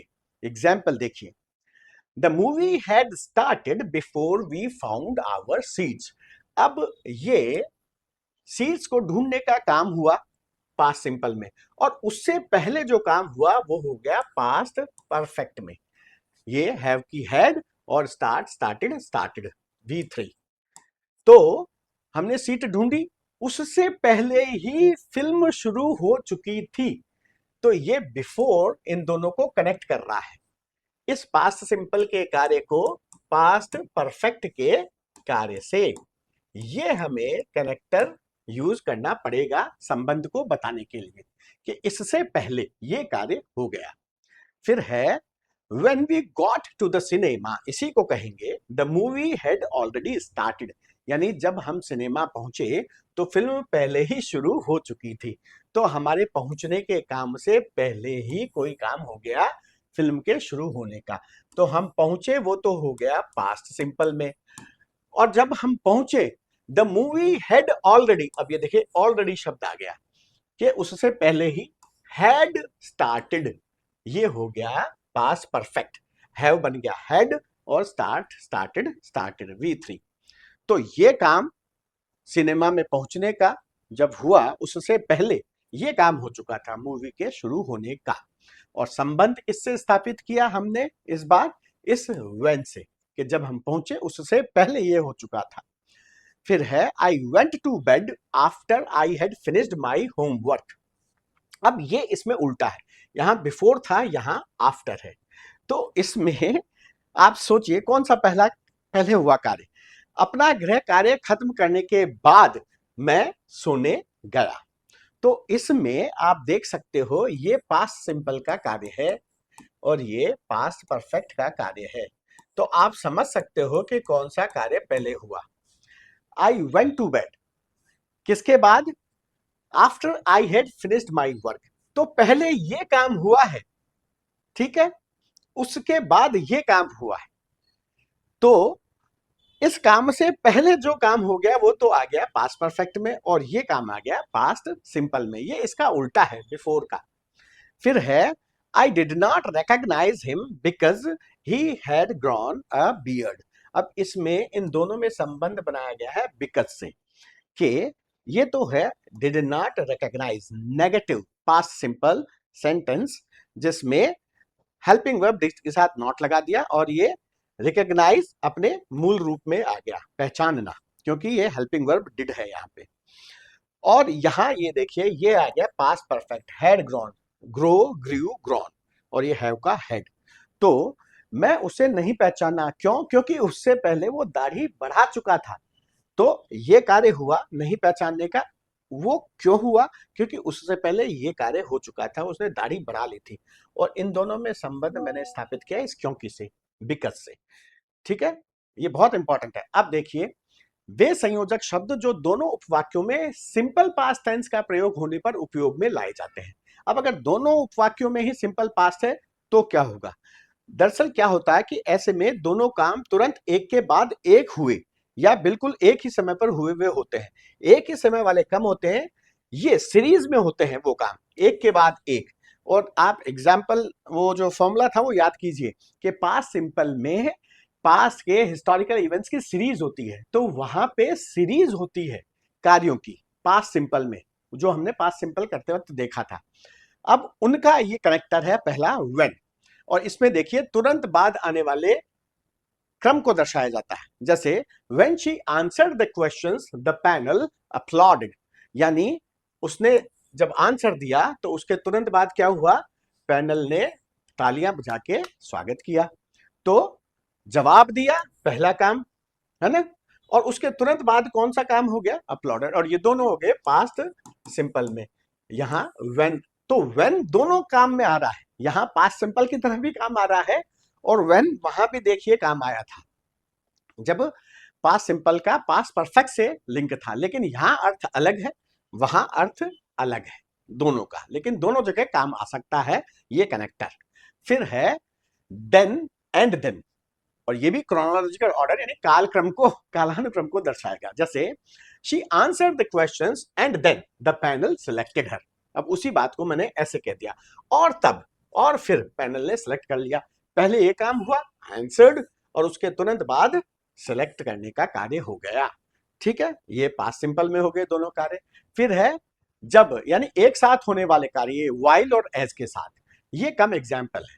और इसमें जब ये वाइल आएगा ना, वाइल एज, तब हम पास्ट कंटिन्यूअस भी यूज कर पाएंगे। देखिए कैसे, the panel watched her while she answered the questions, यानी वो जब आंसर दे रही थी उस समय पैनल उसे वॉच कर रहा था। तो ये दोनों काम साइमल्टेनियस हैं, एक ही समय हो रहे हैं। ठीक है, वो जवाब दे रही थी और पैनल उसे वॉच कर रहा था, पैनल ने उसे देखा था। तो देखिए ये दे रही थी, यानी हिंदी में तो इसे कंटिन्यूअस में ही दर्शाया गया है, रही थी, पास्ट कंटिन्यूअस में। याद ध्यान रखना है कि वाइल के बाद जो कार्य आएगा वो पास्ट सिंपल में आ सकता है, क्योंकि जनरली वाइल के बाद आने वाला कार्य पास्ट कंटिन्यूअस में आता है। तो इसी को हम ऐसे भी कह सकते हैं कि the panel watched her while she was answering the questions, जब वो जवाब दे रही थी वही बात। तो हिंदी में तो वही बात है, और इंग्लिश में वाइल के साथ पास्ट सिंपल भी आ सकता है और वाइल के साथ पास्ट कंटिन्यूअस भी आ सकता है। जनरली ये आता है, पर फॉर्मल सेटिंग में ये भी आ सकता है, ये आपको ध्यान रखना है। और इसी वाइल की जगह हम एज भी काम ले सकते हैं, उसका भी अर्थ वही है कि the panel was her as she answered the questions. तो जब वो जवाब दे रही थी, पैनल उसने उसे देखा। तो एज शी आंसर्ड, और एज के साथ भी पास्ट कंटिन्यूअस ज्यादा आएगा, as she was answering the questions. पर ये पास्ट सिंपल भी आ सकता है वाइल और एज के साथ, ये ध्यान रखिएगा। और वो दोनों कार्य साइमल्टेनियस हैं, एक ही समय पे हो रहे हैं। अब ये फिर से क्रम वाला आ गया, एज सून एज, जैसे ही, यानी तुरंत बाद आने वाला क्रम। तो as soon as she answered the questions the panel selected her, जैसे ही उसने उत्तर दिया, ये पहले हुआ, और उसके तुरंत बाद पैनल ने सेलेक्ट करने का कार्य कर दिया। तो दोनों हो गए पास्ट सिंपल में, एक के बाद एक सीरीज में होने वाले कार्य। फिर है एंड, यानी और, इसमें भी वही तुरंत बाद आने वाला क्रम सीरीज है। जैसे she answered all the questions perfectly and the panel selected her, तो आंसर किए परफेक्टली और एंड, और पैनल ने सेलेक्ट कर लिया। तो एक के बाद एक हो गए, एंड ने उन्हें जोड़ दिया। अब है पास्ट ड्यूरेशन, जो प्रेजेंट परफेक्ट में भी था, फ्यूचर परफेक्ट में भी होगा। यहां पास्ट का ड्यूरेशन है जो पास्ट परफेक्ट में है। अब इसमें भूतकालीन अवधि, यानी भूतकाल के किसी समय बिंदु से पहले की अवधि कार्य की, उस समय बिंदु तक कार्य होगा और उस अवधि को दर्शाया जाएगा पास्ट परफेक्ट में। उद्देश्य यह बताना कि कोई गैर निरंतर स्थिति, यानी नॉन कंटिन्यूअस स्टेट, यानी स्टेटिव वर्ब इसमें आएंगी, या कार्य, कार्य कौन से होंगे, ड्यूरेटिव एक्शन वर्ब वाले। प्रेजेंट परफेक्ट को याद करो, ठीक है, भूतकाल में शुरू हुआ और भूतकाल के किसी समय बिंदु तक कितने समय जारी रहे वो कार्य। ठीक है, ये इसमें बताया जाता है। और देखिए इसमें ये नॉन कंटिन्यूअस स्टेटिव वर्ब्स ज्यादा आती हैं, ये वही be, know, have, like etcetera. ठीक है, देखिए वही सारी बातें हैं। इसमें आमतौर पर अवधि दर्शाने के लिए गैर निरंतर, नॉन कंटिन्यूअस स्थिति सूचक क्रियाओं, स्टेटिव वर्ब्स, जैसे बी, नो, हैव, लाइक आदि का प्रयोग होता है, क्योंकि स्थिति सूचक क्रियाएं लगातार होने के भाव के लिए क्रिया के आईएनजी रूप में प्रयोग नहीं की जा सकती, वही बात। इसलिए स्थिति सूचक क्रियाओं का प्रयोग अवधि दर्शाने के लिए परफेक्ट कंटिन्यूअस टेंसेस में नहीं किया जा सकता, इसलिए उन्हें परफेक्ट टेंस में यूज करके अवधि दर्शाई जाती है। और वो जो ड्यूरेटिव एक्शन वर्ब्स है उनमें ऐसा हो सकता है। अब देखिए क्रियात्मक क्रियाएं, एक्शन वर्ब्स, आमतौर पर अवधि दर्शाने के लिए पास्ट परफेक्ट कंटिन्यूअस का यूज करती हैं। हालांकि ये लिव, वर्क, लर्न, टीच जैसी दीर्घकालिक क्रियाएं जो लंबे समय तक, लंबी अवधि तक होती हैं, वो दोनों प्रकार के perfect tenses, simple perfect tenses और परफेक्ट कंटिन्यूअस टेंसेस में से किसी का भी उपयोग कर सकती हैं अवधि दर्शाने के लिए, लेकिन इन जनरल करती हैं परफेक्ट कंटिन्यूअस टेंस का। जबकि क्षणिक क्रियाएं जैसे किक, शूट, लीव, अराइव, ये हमने देखा था, आदि दर्शाने के लिए दोनों में से किसी भी तरह के परफेक्ट टेंस को यूज नहीं किया जा सकता, क्योंकि क्षणिक होने के कारण उसमें अवधि होती ही नहीं है। ठीक है, वो तो तुरंत हो जाता है, अवधि कहां से आई उसमें। अब गैर निरंतर स्थिति सूचक क्रियाओं यथा इनके साथ वाली स्थिति देखिए, बेचने से पहले वे उस घर के 30 साल तक मालिक रह चुके थे। तो ये ऑन, ऑन यानी मालिक होना, रखना, है ना, मालिकाना हक रखना। तो they had owned, on, owned, owned the house for, ये ड्यूरेशन बताएगा 30 years बिफोर सेलिंग इट, है ना। ये संबंध बता दिया कि इससे बेचने से पहले वो 30 साल तक उसके मालिक रह चुके थे। अब they had been owning the house नहीं हो सकता, क्योंकि ओन एक स्टेटिव वर्ब है जो आईएनजी फॉर्म में जनरली यूज नहीं की जाती, इसलिए उसको इस परफेक्ट पास्ट परफेक्ट टेंस में दर्शाना पड़ा, पास्ट परफेक्ट कॉन्टिन्यूअस में नहीं दर्शा पाई। फिर है जब तक उसने त्याग पत्र दिया वह 10 साल तक मैनेजर रह चुका था। रहना ये बी वर्ब है, उसकी थर्ड फॉर्म है, और ये बी एक स्टेटिव वर्ब है, होना।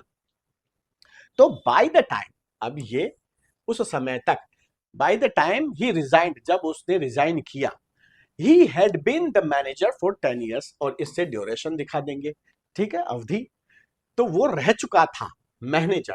अब इसको मैं कंटिन्यूअस में नहीं दिखा सकता कि he had been being the manager, क्योंकि ये स्टेटिव वर्ब है, इसके लिए मुझे परफेक्ट टेंस यूज करना पड़ेगा। तो पास्ट में इसे पास्ट परफेक्ट में इस तरह दर्शाएंगे कि वो रह चुका था। फिर है we had known each other for years, यानी कई सालों से एक दूसरे को जानते थे। अब ये 4 years, ये ड्यूरेशन कई सालों से, और ये नो न्यू नोन, और ये नो भी है स्टेटिव वर्ब, जिसे हम नोइंग की तरह जनरली काम नहीं ले सकते। ये एग्जांपल वहां भी आया था। So we had been knowing each other नहीं हो सकता, इसलिए ये होगा we had known each other for years। हम जानते थे, सालों से एक दूसरे को जानते थे, यानी उस समय तक भी जान रहे थे, ठीक है, उस समय भी ये कंटिन्यू है। लेकिन चूंकि कंटिन्यूअस सिचुएशन में नहीं दिखाया जा सकता ना, जान रहे थे नहीं हो पाता, इसलिए इसी को इसी तरह लिखते हैं जानते थे। फिर है दीर्घकालिक क्रियात्मक क्रियाओं, ये है durative action verbs like live, work, learn, teach, ये हमने वहां भी देखा था आदि के साथ। अब इनको दोनों टेंसेस में काम ले सकते हैं। देखिए ये पास्ट परफेक्ट है और ये पास्ट परफेक्ट कंटिन्यूअस है, और ये इस तरह ज्यादा दर्शाई जाती है, लेकिन वो इस तरह भी दर्शाई जा सकती हैं। देखिए we had worked at the shop since 2018 when it closed down।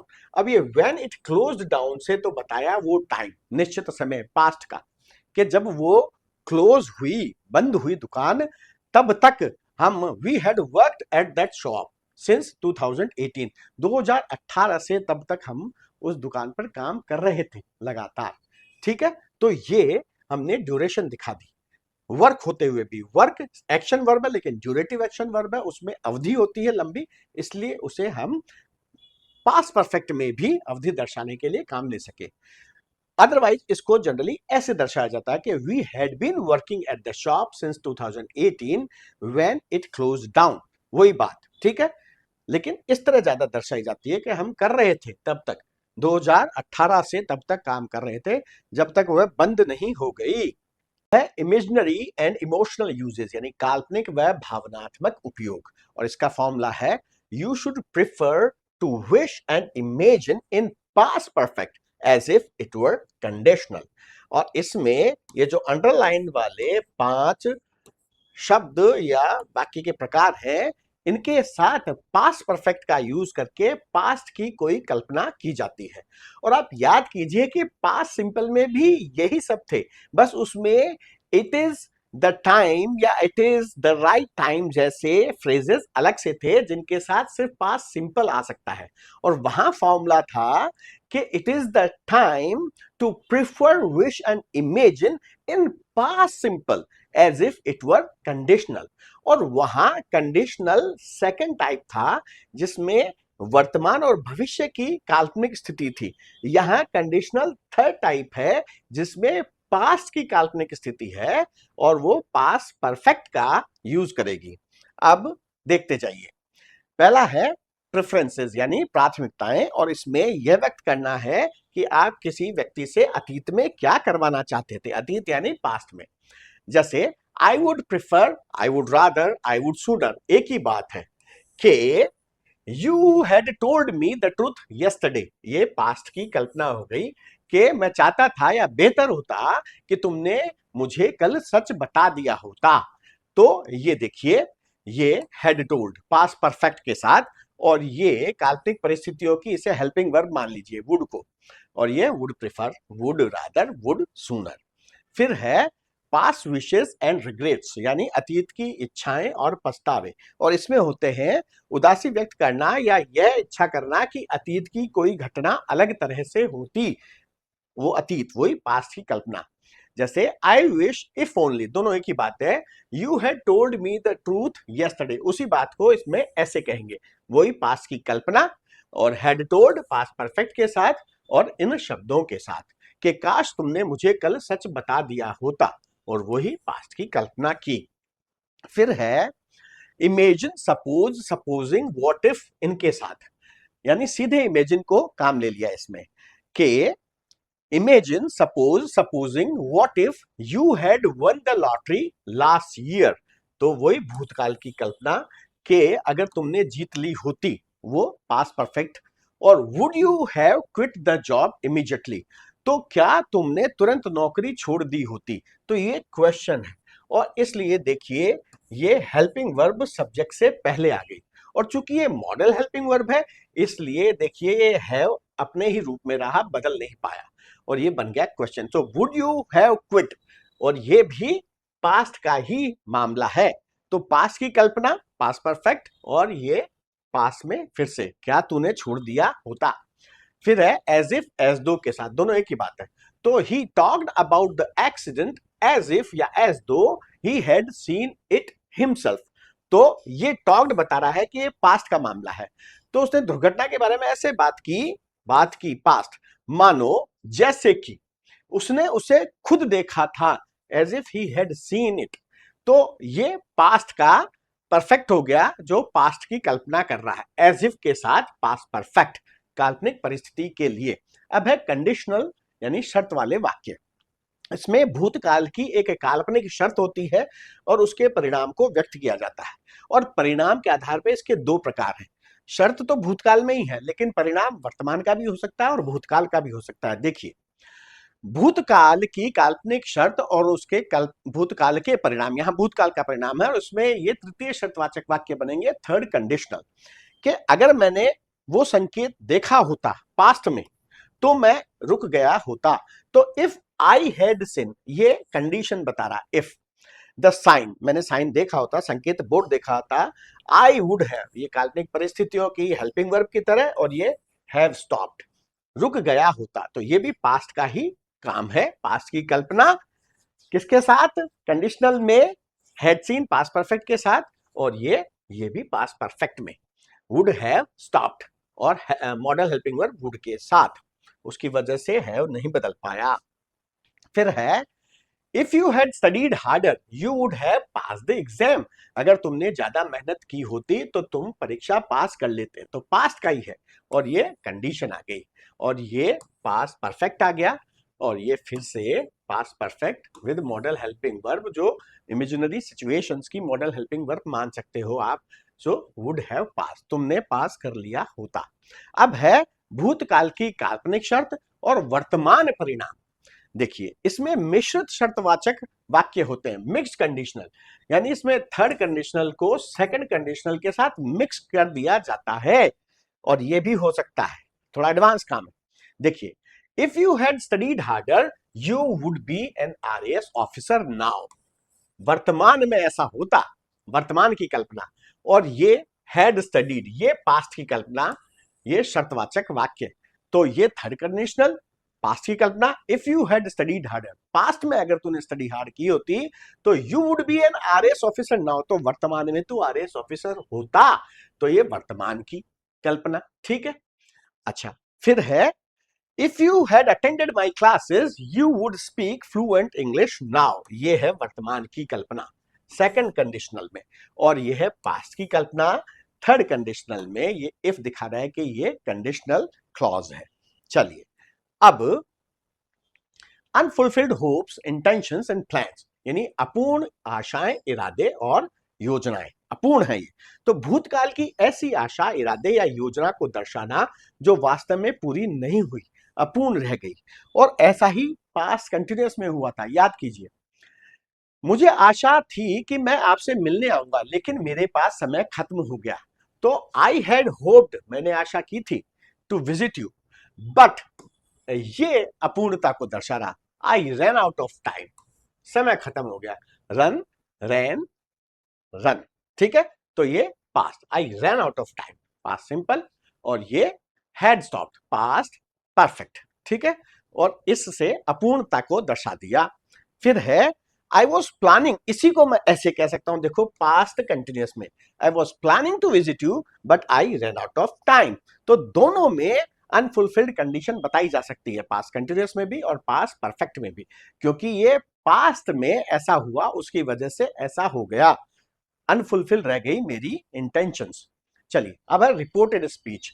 अब इसमें ये स्ट्रक्चरल और ग्रामेटिकल ट्रांजिशन है। इसमें क्या होता है कि रिपोर्टेड स्पीच होती है, उसमें अगर भूतकाल की रिपोर्टिंग वर्ब है, कथन क्रिया के बाद सिंपल पास्ट या प्रेजेंट परफेक्ट टेंस को पास्ट परफेक्ट टेंस में बदल दिया जाता है। क्यों? क्योंकि काल को एक कदम पीछे ले जाना या ठीक पिछले काल में पीछे ले जाना, बैक शिफ्टिंग होती है। किसमें? डायरेक्ट इनडायरेक्ट में, रिपोर्टेड जब काम होता है तब। देखिए he said I saw it, उसने कहा मैंने उसे देखा, तो ये हो गया सिंपल पास्ट, तो ये बदल जाएगा पास्ट परफेक्ट में, तो he said that he had seen it, ठीक है, आई ही में बदल गया। अब इसी तरह है she said I have lost my keys, तो ये बदल गया she said that she had lost her keys, have lost ये प्रेजेंट परफेक्ट बदल गया पास्ट परफेक्ट में। तो इस तरह से स्ट्रक्चरल चेंज आते हैं, है ना, डायरेक्ट इनडायरेक्ट में, रिपोर्टेड स्पीच में।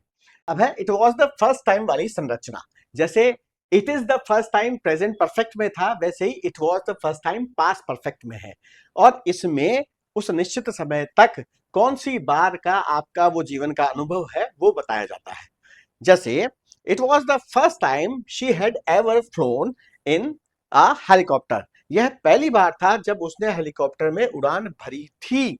तो ये पास्ट परफेक्ट द्वारा दिखाया गया अनुभव कि ये उस समय तक पहली बार था।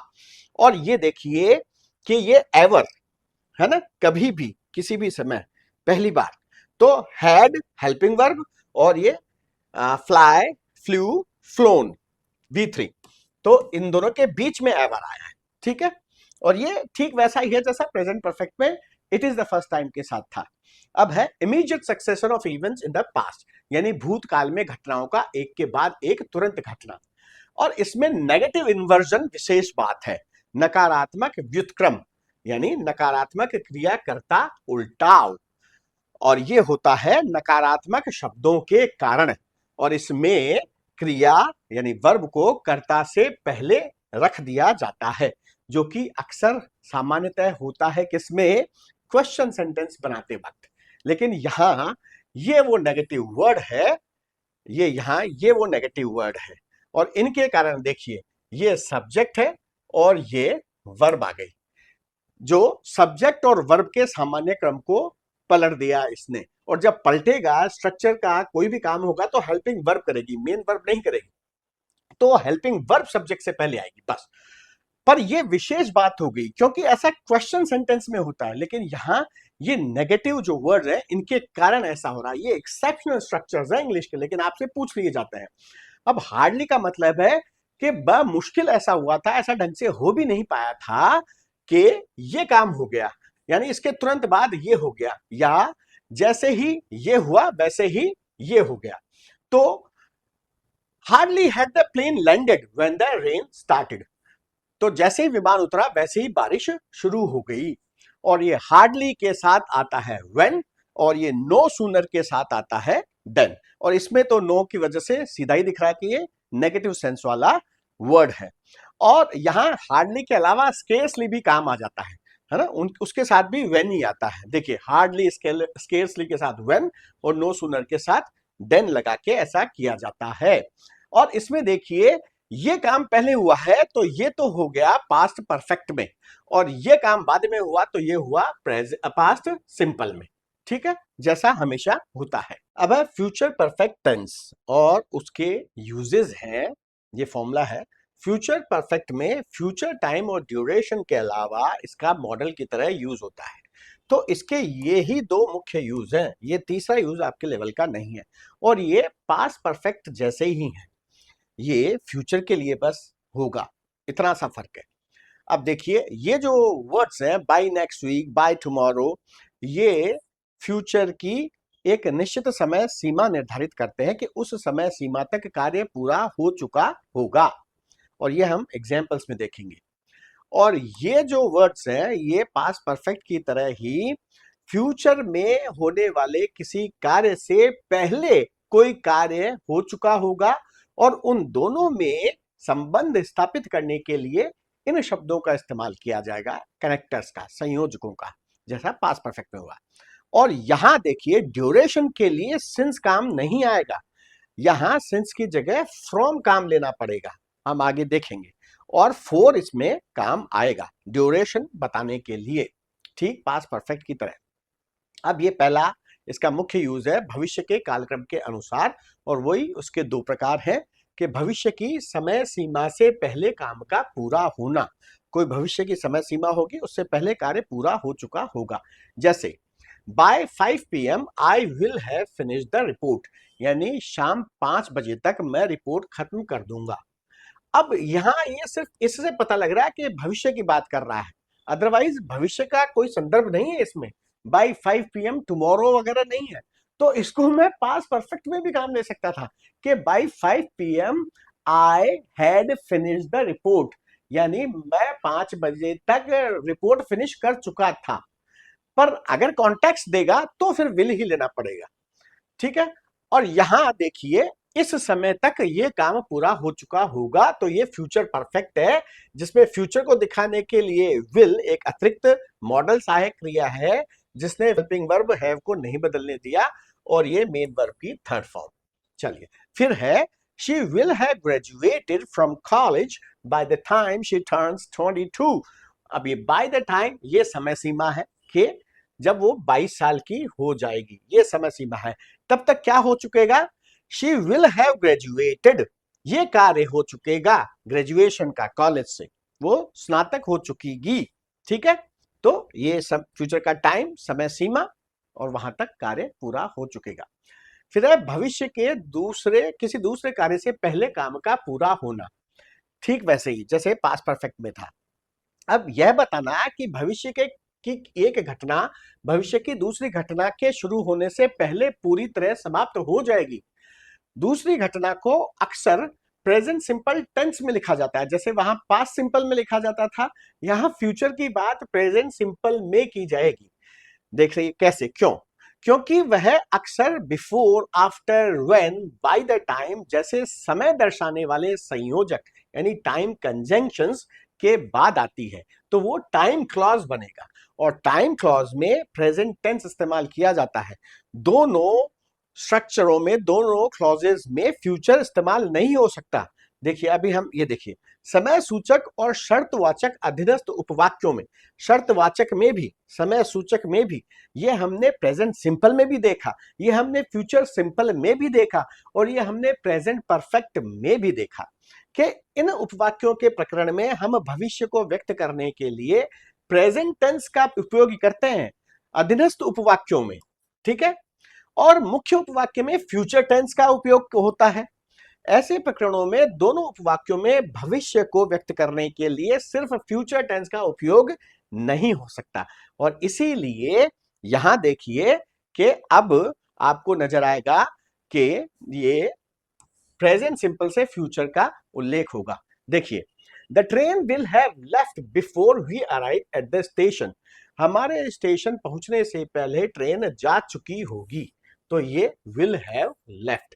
और ये किससे पहले हो चुका होगा काम, जब हम पहुंचेंगे, तो ये भी भविष्य का काम ही है, हम पहुंचेंगे उससे पहले ये हो चुकेगा, तो ये फ्यूचर परफेक्ट में, और ये बिफोर इनको कनेक्ट कर रहा है, ठीक है। फिर है by the time you read this letter I will have move to Canada, यानी जब तक तुम इस पत्र को पढ़ोगे मैं कनाडा जा चुका हूंगा, तो ये भी भविष्य में दिखा रहा है, जा चुका हूंगा, आई विल हैव मूव्ड, ये पहले हो चुकेगा काम, और ये बाद में होगा by the time you read this letter, जब तू पढ़ेगा तब तक ये काम हो चुकेगा। और ये देखिए यहां भी ये पढ़ोगे, ये भविष्य बता रहा है ना, गागेगी, और ये प्रेजेंट सिंपल से भविष्य बताया गया क्योंकि ये एक टाइम कंजंक्शन के द्वारा इंट्रोड्यूस किया गया टाइम सबऑर्डिनेट क्लॉज है, और ये मेन क्लॉज है जो फ्यूचर टेंस में, और ये प्रेजेंट टेंस में है। चलिए, तो ये हम देख ही चुके हैं। अब देखिए फ्यूचर ड्यूरेशन के लिए ठीक वैसे ही जैसे पास्ट परफेक्ट में था, इसमें भी स्थिति सूचक क्रियाओं यानी स्टेटिव वर्ब्स और दीर्घकालिक क्रियात्मक क्रियाओं यानी ड्यूरेटिव एक्शन वर्ब्स की भविष्य की अवधि को फ्यूचर परफेक्ट में बताया जाता है। वैसे अवधि को किसमें बताया जाता है एक्शन वर्ब्स के केस में? जनरली फ्यूचर परफेक्ट कंटिन्यूअस में बताया जाएगा, लेकिन स्टेटिव वर्ब्स के लिए फ्यूचर परफेक्ट ही काम लेना पड़ेगा। देखिए, next month my parents will have been married for 40 years, और ये 4 से ये ड्यूरेशन आ गई, 40 साल के लिए वो मैरिड हो चुके होंगे, 40 साल हो चुके होंगे, तो ये विल हैव बीन, और ये बी स्टेटिव वर्ब है कि ऐसा हो चुकेगा, ठीक है। और ये स्टेटिव वर्ब है, इसलिए प्रेजेंट पर फ्यूचर परफेक्ट को यूज करके ही इसमें ये ड्यूरेशन बताया गया है, और ये समय सीमा है नेक्स्ट मंथ या बाय नेक्स्ट मंथ, ठीक है। फिर है by December he will have owned this car for a decade, तो ये फॉर से ये पीरियड बता दिया, और बाय दिसंबर ये समय सीमा बता दी दिसंबर तक, और ये विल हैव ओन्ड ये काम हो चुकेगा इतने समय के लिए, तब तक ये अवधि बता दी, और ये ऑन की वजह से हुआ जो एक स्टेटिव वर्ब है। ये ओनिंग में नहीं बता सकते, इसको हम यूं नहीं कह सकते I will have been owning this car, वो स्टेटिव वर्ब है, इसलिए फ्यूचर परफेक्ट के साथ इसमें अवधि बताई गई है स्टेटिव वर्ब होने के कारण। अब है by next month I will have lived, अब ये स्टेटिव वर्ब नहीं है, हियर फॉर 5 months, मैं 5 साल तक यहां रह चुका होगा तब तक, तो अगले महीने तक मैं यहां 5 साल से रह रहा हूंगा, उस समय भी रह रहा हूंगा, कंटिन्यू होगा। तो यहां ज्यादा एक्यूरेट काम आती है in general I will have been living here, ठीक है, perfect continuous, future perfect continuous, लेकिन ये एक ड्यूरेटिव एक्शन वर्ब है यानी दीर्घकालिक क्रियात्मक क्रिया है, इसलिए ये फ्यूचर परफेक्ट में भी अवधि दिखा सकती है। ये बात यहां वैसी है जैसे पास्ट परफेक्ट में थी। फिर है by tomorrow morning they will have been on duty from midnight, अब ये फ्रॉम जो है ये सिंस की जगह काम आया है, मिडनाइट देखिए पॉइंट इन टाइम है ना, आधी रात, तो आना सिंस चाहिए था, लेकिन फ्यूचर टेंसेस में फ्यूचर परफेक्ट कंटिन्यूअस दोनों में सिंस और फोर में से सिर्फ फोर काम आता है, सिंस काम नहीं आता, उसकी जगह फ्रॉम वगैरह काम लिया जाता है। तो बाय टुमारो मॉर्निंग यानी कल सुबह तक, they will have been on duty, वो रह चुकेंगे ड्यूटी पर, फ्रॉम मिडनाइट यानी आधी रात से मॉर्निंग तक, ठीक है। तो विल हैव बीन, और ये बी स्टेटिव वर्ब है, तो इस तरह से आई है, will have been on duty, रह चुकेंगे, लेकिन ये सिंस नहीं आएगा, ये इसमें देखने की बात है। तो फ्यूचर परफेक्ट और फ्यूचर परफेक्ट कंटिन्यूअस टेंसेस में हम अवधि दर्शाने के लिए सिंस का प्रयोग नहीं कर सकते, जैसा हम प्रेजेंट और पास्ट के परफेक्ट और परफेक्ट कंटिन्यूअस टेंसेस में करते हैं।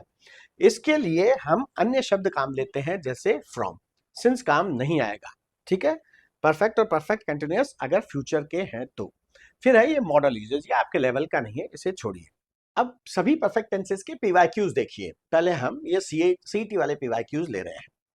आई हर अ लॉन्ग टाइम, ये पीरियड हो गया, अवधि, duration, she was a child. अब इसमें नो वर्ब को इस्तेमाल करना है जो एक स्टेटिव वर्ब है, और उसे परफेक्ट कंटिन्यूअस टेंसेस में ड्यूरेशन दिखाने के लिए काम में नहीं ले सकते, क्योंकि वो आईएनजी फॉर्म में नहीं आती इन जनरल।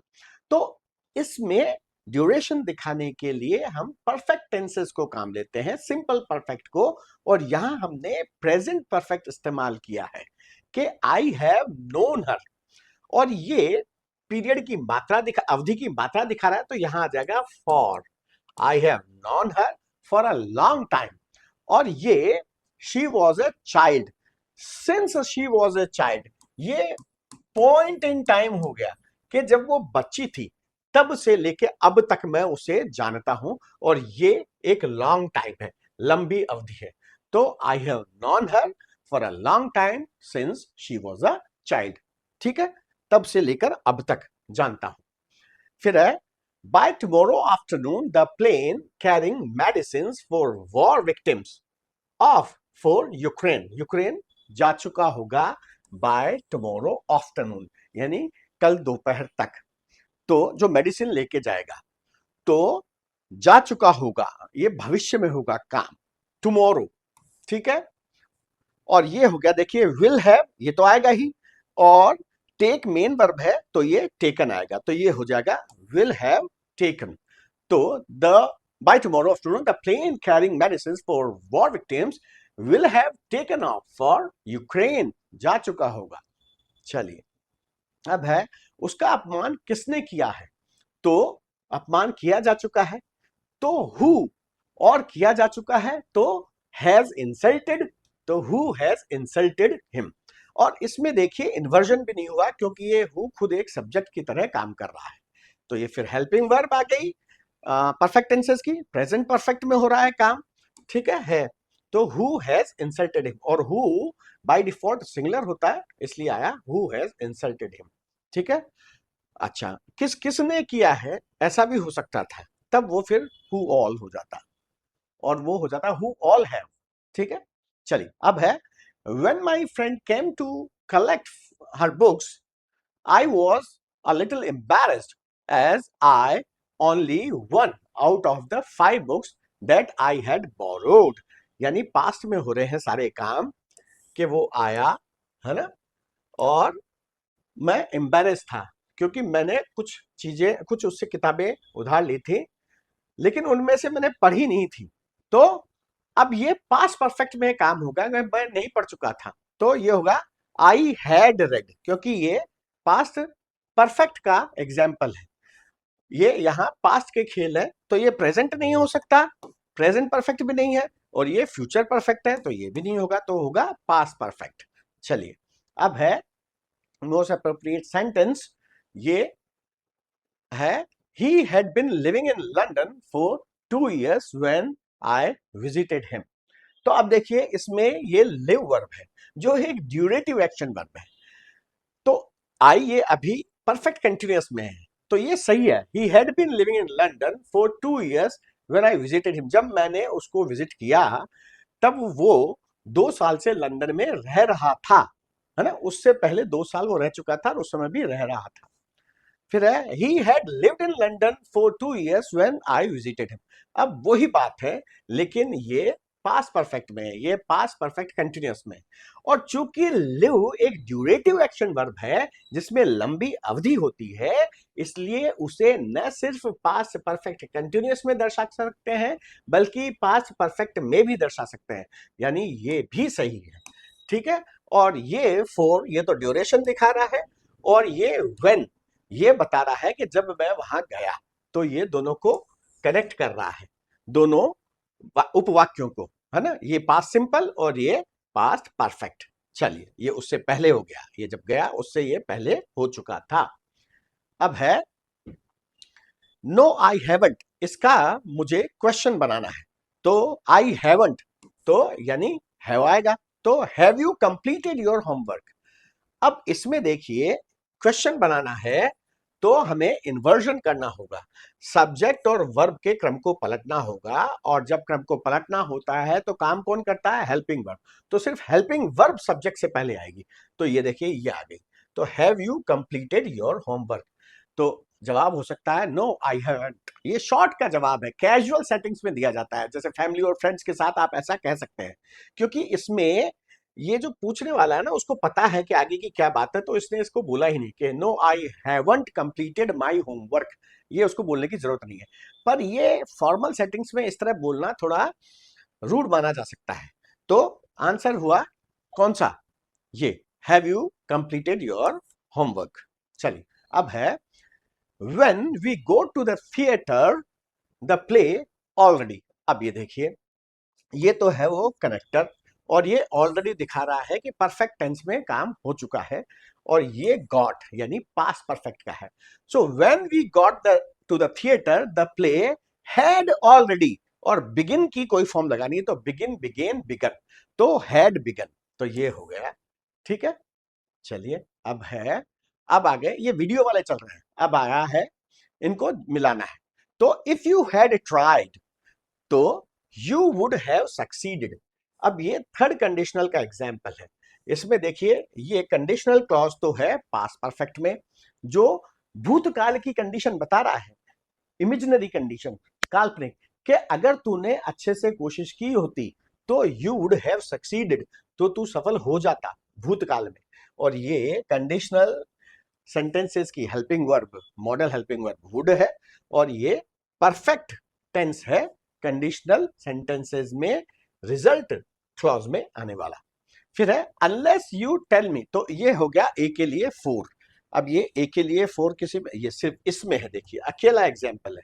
अब आगे के देख लेते हैं। फिर है unless you tell me the truth I will not let you go. अब ये भी कंडीशनल सेंटेंस है, और ये एक्चुअली फर्स्ट कंडीशनल है कि जब तक तू मुझे सच नहीं बोलेगा मैं तुझे नहीं जाने दूंगा। तो ये देखिए, ये तो नहीं जाने दूंगा, ये तो हो गया फ्यूचर सिंपल में। और unless you tell me the truth, ये हो गया प्रेजेंट सिंपल में, इससे भी भविष्य ही बताया जा रहा है ना। पर चूंकि ये अनलेस कंडीशन पैदा कर रहा है तो ये कंडीशनल क्लॉज हो गया, और ऐसे केसेस में प्रेजेंट सिंपल में बताया जाता है फ्यूचर। फिर है if you are going abroad, फिर ये कंडीशनल हो गया, you will need a lot of money, और ये भी कंडीशनल, फर्स्ट कंडीशनल है कि ये देखिए इसमें ये प्रेजेंट कंटिन्यूअस आया, तो प्रेजेंट कंटिन्यूअस से हमने कंडीशन बताई, ठीक है, और यू विल नीड, और ये फ्यूचर सिंपल, तो यहां भी फ्यूचर ही बताया जा रहा है लेकिन प्रेजेंट कंटिन्यूअस से बताया जा रहा है कि if you are going abroad, ये उसका पर्सनल प्लान है, इसलिए भविष्य को बताने के लिए भी कॉन्टिन्यूअस काम आ गया। तो तू अगर जा रहा है तो you will need a lot of money. फिर है डू यू नो, क्या तुम जानते हो, बस ये बचा, whether the match has been postponed, कि तू जानता है क्या कि मैच पोस्टपोन कर दिया गया है क्या। अब इसमें देखिए ये पैसिव वॉइस है, इसमें ये द मैच जो है ना, ये मैच ऑब्जेक्ट है, वैसे तो पोस्टपोन किसी और ने किया है मैच को, पर ये यहाँ सब्जेक्ट बन गया है, और उस सब्जेक्ट बन के उसके अनुसार हेल्पिंग वर्ब आई है, तो the match has been postponed, ये पैसिव में है। चलिए अब देखिए the battery has run down, क्यों, क्योंकि ऐसे में ये idiomatic phrasal verb run down काम आती है, यानी धीरे धीरे चार्ज का कम होना, ठीक है, गॉन डाउन नहीं होगा। चलिए अब है the verb in the sentence, the old species has changed and not really died out. तो देखिए इसमें ये एंड से जो है ना, ये हैज हेल्पिंग वर्ब इस मेन वर्ब के साथ भी काम आ रही है, और इस डाइड आउट, डाइड के साथ भी काम आ रही है।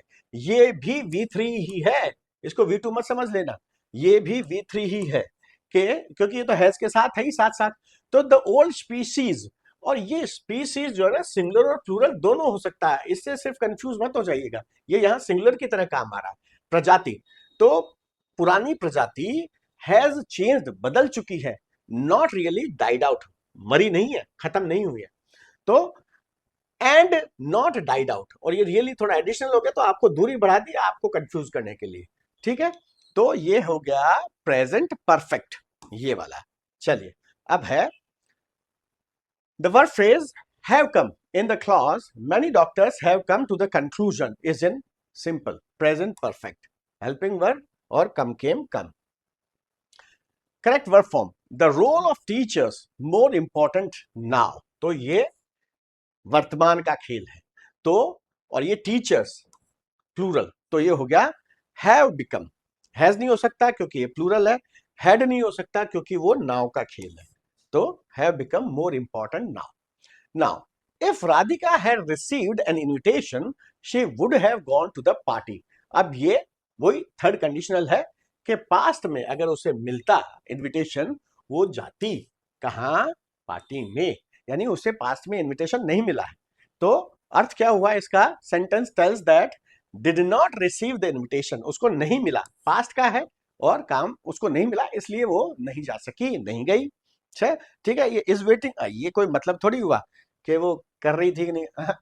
The correct question for the sentence इसके लिए, the angry neighbours had killed the mad dog. अब ये रीड के लेवल 2 के आ गए, पहले लेवल 1 के थे। अब इन्होंने मारा, एंग्री नेबर्स ने, had killed the mad dog, past perfect है, मार चुके थे। तो क्वेश्चन बनेगा हु हैड किल्ड, तो ये बस हु बन गया, इसमें जो WH वर्ड है वो, और देखिए इन्वर्जन भी नहीं हुआ, वही हेल्पिंग वर्ब पहले फिर मेन वर्ब। तो who had killed the mad dog, किसने मारा, कौन मार चुके थे मैड डॉग को, पागल कुत्ते को। Write question 4, he has given a pen to Radha. तो क्वेश्चन, तो किसको दिया, राधा को। तो to whom has he given, तो ये तो हो गया WH वर्ड, और ये हो गया हमारा बेसिक क्वेश्चन पैटर्न, जिसमें इस सब्जेक्ट से पहले आ गई हेल्पिंग वर्ब। तो to whom has he given a pen, किसको दिया है उसने पेन, तो he has given a pen to Radha, उसने पेन राधा को दिया है। चलिए अब है, had you obeyed orders this disaster would not have happened। Simple, क्योंकि ये कंडीशनल सेंटेंसेस की हेल्पिंग वर्ब की तरह काम करती है। वुड सेकंड और थर्ड कंडीशनल में हमेशा आएगी, ठीक है, अक्सर आएगी, क्योंकि वैसे कुड और माइट भी आ सकता था यहाँ पे, है ना, वो इसी तरह के नेचर के मॉडल हेल्पिंग वर्ब्स हैं इसलिए। और यहां देखिए ये कंडीशन का इन्वर्जन है, बिना इफ के कंडीशन बना दी, इसमें इफ की जरूरत नहीं पड़ी, बस इन्वर्ट कर दिया, इससे सब्जेक्ट से पहले हेल्पिंग वर्ब को ला दिया और कंडीशन बना ली कि हैड यू ओबेड ऑर्डर्स, अगर तूने ऑर्डर को ओबे किया होता तो this disaster would not have happened, ये नहीं हुआ होता। ये पास्ट की कंडीशन है, जो पास्ट परफेक्ट और ये वुड के साथ परफेक्ट टेंस में बनाई गई है, ठीक है। चलिए अब है करेक्ट सेंटेंस स्ट्रक्चर क्वेश्चन का। Do you have got a car, या अब ये do you have you got a car, क्यों, क्योंकि देखिए हेल्पिंग वर्ब इस यू से पहले आ गई, सब्जेक्ट। यहां भी तो देखिए इन्वर्जन में यही हुआ था, हैड यू ओबेड, और यहां भी यही हुआ, हैव यू गॉट, है ना, गेट गॉट गॉट। और ये गेट बहुत जगह काम आता है इंग्लिश में, है ना, तो आपके पास है तो वो भी वहां भी गेट काम आ रहा है।